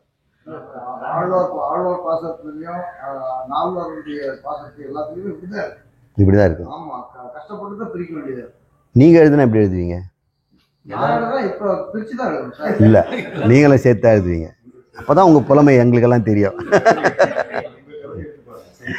ஆமா, சேர்த்து எழுதிருப்பீங்க. இங்க சொல்றாரு, அந்யத்திர வேறொரு இடத்தில், மனம் வேறொரு இடத்தில், அகமன்மே அது சென்று விட்டது. ஆகமனம்னா செல்லுதல், கமனம்னா செல்லுதல், அகமனம்னா அது எங்கே தானாக போயிடுச்சு அப்படின்னு இந்த மனதை சம்பிரதம் இழுத்து பிடிச்சி நிறுத்துறமா, பிடிச்சி ஸ்திரீகிருதம் அதை கெட்டியாக வைக்கிறமா. அதுலேருந்து என்ன தெரியுது? மனம் நீ இல்லைன்னு தெரியுது. இல்லை, ஒரு குழந்தை ஓடினா அதை பிடிச்சி இழுத்துட்டு வந்து மடியில் கட்டி ஓடாத அப்படின்னு கட்டினா மாதிரி உன் மனதை எங்கோ போயிடுச்சுங்க மனசு. அப்புறம்தான் இழுத்து கொண்டாந்து இந்த வந்து இங்கே உங்கள் இந்த விஷயத்துக்கே நான் வந்தேன் இல்லைனா நான் அப்படின்னு சொல்கிறதுனால மனம் தறிக்கெட்டு ஓடக்கூடிய ஒரு பொருள் நீ அல்ல அப்படின்னு புரிஞ்சுக்குங்க அப்படின்னு சொல்கிறார். அது சாம்பிரதம் ச ஸ்திரீகிருதம், அதை பிடித்து இழுத்து நிலைப்படுத்துவதும் ஒன்று செயல் இருப்பதனால மனம் நீ இருக்க முடியாது, அதை செய்பவனாக தான் இருக்க முடியும். ஏவம் யோ வேதி, இவ்வாறாகவே விருத்திக்கும் விருத்திக்கும் யோசனை பண்ணிக்காங்கிறார். மனதுக்கு மட்டும் இல்லை, புத்தி கெட்டு போனதுக்கும் இப்படி தான் இருக்கும். புத்தி விருத்தியும் இவ்வாறு அறிந்து கொண்டு அந்த ஆத்மா நான் என்று புரிந்து கொள் அப்படின்றார். இந்த விருத்தியும் நம்ம வந்து புரிஞ்சுக்கிறோம். இந்த மனம் இடம் விட்டு இடம் மாறுதுன்னு ஒன்று சொல்கிறோம். புத்தி என்ன பண்ணும்? இடம் விட்டு இடம் மாறாது. அதுக்கு ஒரு நோய் இருக்குது. மனதுக்கு நோய் பேர் மோகம். மோகம் புத்திக்கு, புத்தின்னு நோய் மோகம், மனதுக்கு நோய் சோகம். அந்த சோகம் எதுப்பட்டதுன்னா எனக்கு இது இல்லை அப்படின்னு ஒரு சோகம். இது என்கிட்ட இல்லைங்கிறதுனால அந்த சோகத்திலிருந்து ஒரு ஆசை பிறகுது, அப்புறம் அதை வாங்கணுன்றதெல்லாம் போகுது. இதெல்லாம் சோகத்திலேருந்து வந்தால் மனதினுடன் தீராத நோய் சோகம். எப்பவுமே சோகமாக இருக்கும்.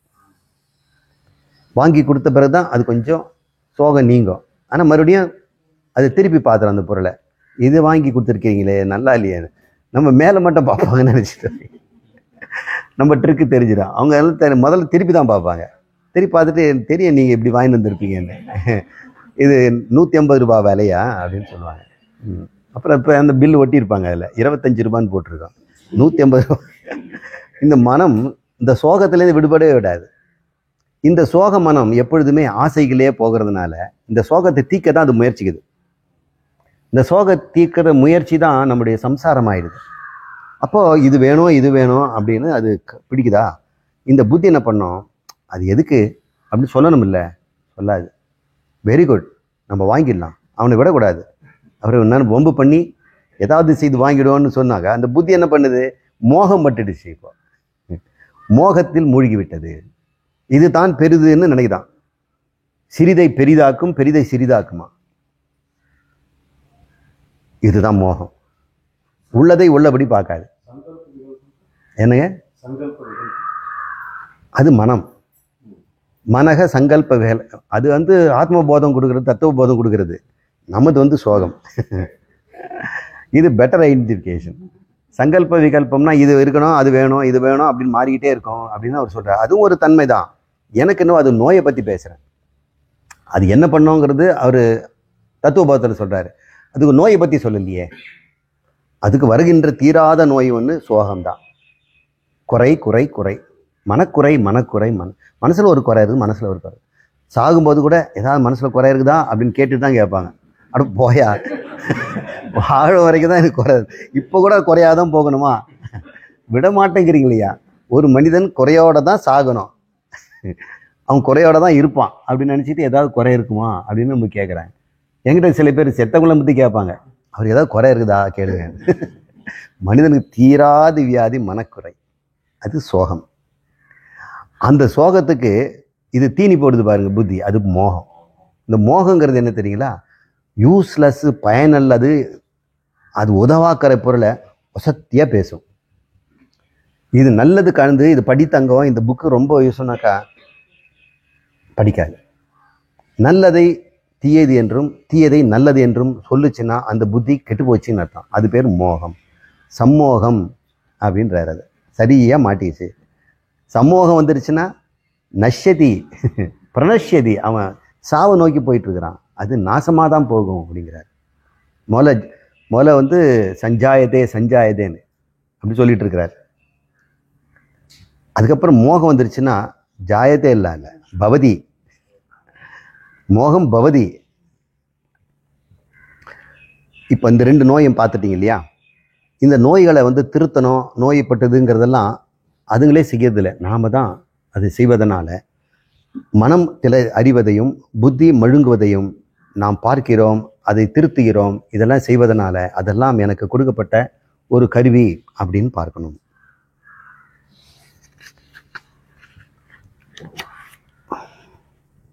கொஞ்சம் ஃபேன் போட்டுக்கலாங்களா? இன்னொரு உதாரணம் தராரு. ஸ்வப்ன ஜாக்கிரதே சுப்தி பாவ அபாவ தியாம் ததா யோ வேதி அவிக்ரியஹ சாக்ஷாத் சோ அகமிதி அவதாரய. இதே போல இந்த தொடர்ச்சியாக சொல்கிறார். மனம் புத்தியை பற்றி சொல்லுவது போலவே உன்னுடைய கனவையும் நனவையும் தூக்கத்தையும் கூட பார் என்று சொல். ஸ்வப்ன ஜாக்கிரத சுப்தி, சுசுப்திங்கிற சுப்திங்கிறார். சுப்தி அவற்றினுடைய பாவ அபாவம், அவற்றின் இருப்பு இல்லாமை. இப்போ ஸ்வப்னம் இருக்குது இல்லை, நனவு இருக்குது இல்லை, தூக்கம் இருக்குது இல்லை, பாவ அபாவம். உங்களுக்கு எனக்கு தூக்கமே இல்லைன்னு சொல்கிறீங்க, தூக்குனேன்னு சொல்கிறீங்க, அப்புறம் நனவில் இருந்தேன்னு சொல்கிறீங்க. நான் நனவில் இல்லைங்க அப்போன்னு சொல்கிறோம், மூர்ச்சை ஆயிட்டேன்னு சொல்கிறோம், கனவு கண்டேன்னு சொல்கிறோம், இன்றைக்கி கனவே காணலைன்னு சொல்கிறோம். இதெல்லாம் உங்களால் காணப்பட்டது இல்லையா? பாவ அபாவத்தை பார்த்துருக்கிறீங்க. ஒன்று பாவ அபாவம் இருக்குதுனால நீங்கள் கிடையாது.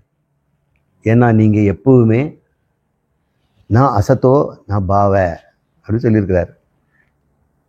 நீங்கள் இல்லாமல் போனதே கிடையாது. என்னைக்காவது நான் இல்லாமல் கொஞ்ச நேரம் இருந்தேன்னு சொல்லுங்க பார்க்கலாம். ஒரு பெரிய சவால், 1 கோடி ரூபாய் சவால். யாராவது ஒருத்தன் நான் 10 நிமிஷம் நான் இல்லை என்று அவன் சொல்லணும், மற்றவங்க சொல்லக்கூடாது. யாராலும் என்ன பஞ்சம், யாராலும் நான் 10 நிமிஷம் இல்லைன்னு சொல்லுங்க. நீ 10 நிமிஷம் இல்லைங்கிறது யாருக்கு, உனக்கு எப்படி தெரியுது? நீ இல்லாத போனதை நீ தெரிஞ்சு வச்சுட்டு இருக்கிறன்னா நீ இருந்தேன்னு அர்த்தம். அப்போ ஒரு பொருள் இல்லாமல் போகக்கூடிய ஒரு பொருள் இருக்குதுன்னா நானாக தான் இருக்க முடியும், ஆத்மாவாக தான் இருக்க முடியும். அப்போ எது குறித்து நீ இல்லாமல் போயிட்டுன்னு பயந்துட்டேன்? நான் எதுவும் இல்லாதவன் சார் அப்படின்னு கேட்குறீங்களே. இல்லாமல் போகவே முடியாது.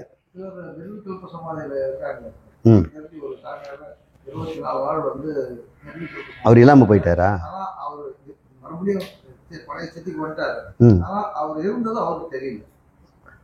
அவர் இருந்தது எதுல இருந்தது தெரியல. இப்ப தெரிஞ்சு வச்சிருக்கிறாரா? எப்படி தெரிஞ்சாரு? அப்ப அவர் இல்லைன்னா அது நான் இல்லைன்னு சொல்லியிருக்கலாமே. நான் நிர்விகல்ப சமாதி இருந்தேன்னு ஏன் சொன்னாரு? அப்படியா? நான் இல்லை சார் அது யாரோன்னு சொல்லியிருக்கலாம்ல. அப்ப நான் தான் நிர்விகல்பத்தை இருந்தேன் அவர் இப்படி சொன்னாரு. எதை வச்சு சொன்னாரு? அவர் தெரியுது. நிர்விகல்ப சமாதியில முழுமையான அறிவு இருக்கும். ஆமா, உலக அறிவு, இரட்டை அறிவு தான் இருக்காது. இந்த அகம்பிருத்தி இதம்பிருத்தி ரெண்டும் இருக்காது. இந்த அகம்பிருத்தியும் ரொம்ப சன்னமாக ரொம்ப மென்மையாக ஆத்ம விருத்தியாகவே இருக்கும். நான் ஆத்மா நான் ஆத்மா நான் ஆத்மா அப்படின்ற மாதிரியே தான் இருக்கும். ஆனால் நான் என்பது இல்லாமல் போகவே போகாது. அப்படின்னா எதுக்கு நிர்விகல்ப சமாதி? மூர்ச்சையே சொல்லாமே. மயக்கம் போட்டு எழுப்பிடுறாங்க, கோமாவிலேருந்து எழுந்துக்கிறாங்க. அப்படியும் கூட அவங்களுக்கு நான் கோமாவில் இருந்தேன்னு சொல்லாமலா போயிடுச்சு? அவங்களுக்கு தெரியுதே. ஏன்னா கோமாவுக்கு முன்னாடி இருந்தாலும் அவங்க ஞாபகம் இருக்குது, கோமாவும் ஞாபகம் இருக்குது, இப்போ இருக்கிறதும் ஞாபகம் இருக்குது. இங்கே என்ன சொல்கிறாரு? ஸ்வப்னம் ஜாக்கிரதி சுஷுத்தி ஆகியவற்றின் பாவ அபாவம், இருத்தல் இல்லாமை ரெண்டையும் யார் அறிகிறாரோ யோ வேத்தி, எவர் ஒருவன் வேத்தி அறிகிறானோ அவன் அவிக்கிரியக எதையும் செய்வதில்லை. ஏன்னா இதைத்தான் செய்கிறது. நனவு கனவு தான் செய்வதாக இருப்பது, அனுபவிப்பதாக இருக்குது. இவன் அவிக்கிரியக அவன் சாக்ஷாத் அகம், அவனைத்தான் நானுன்னு நீ சொல்லணும், மீதியெல்லாம் நானுன்னு சொல்லாதே. சக அகம், அவனைத்தான் நான் என்று அவதாரையே.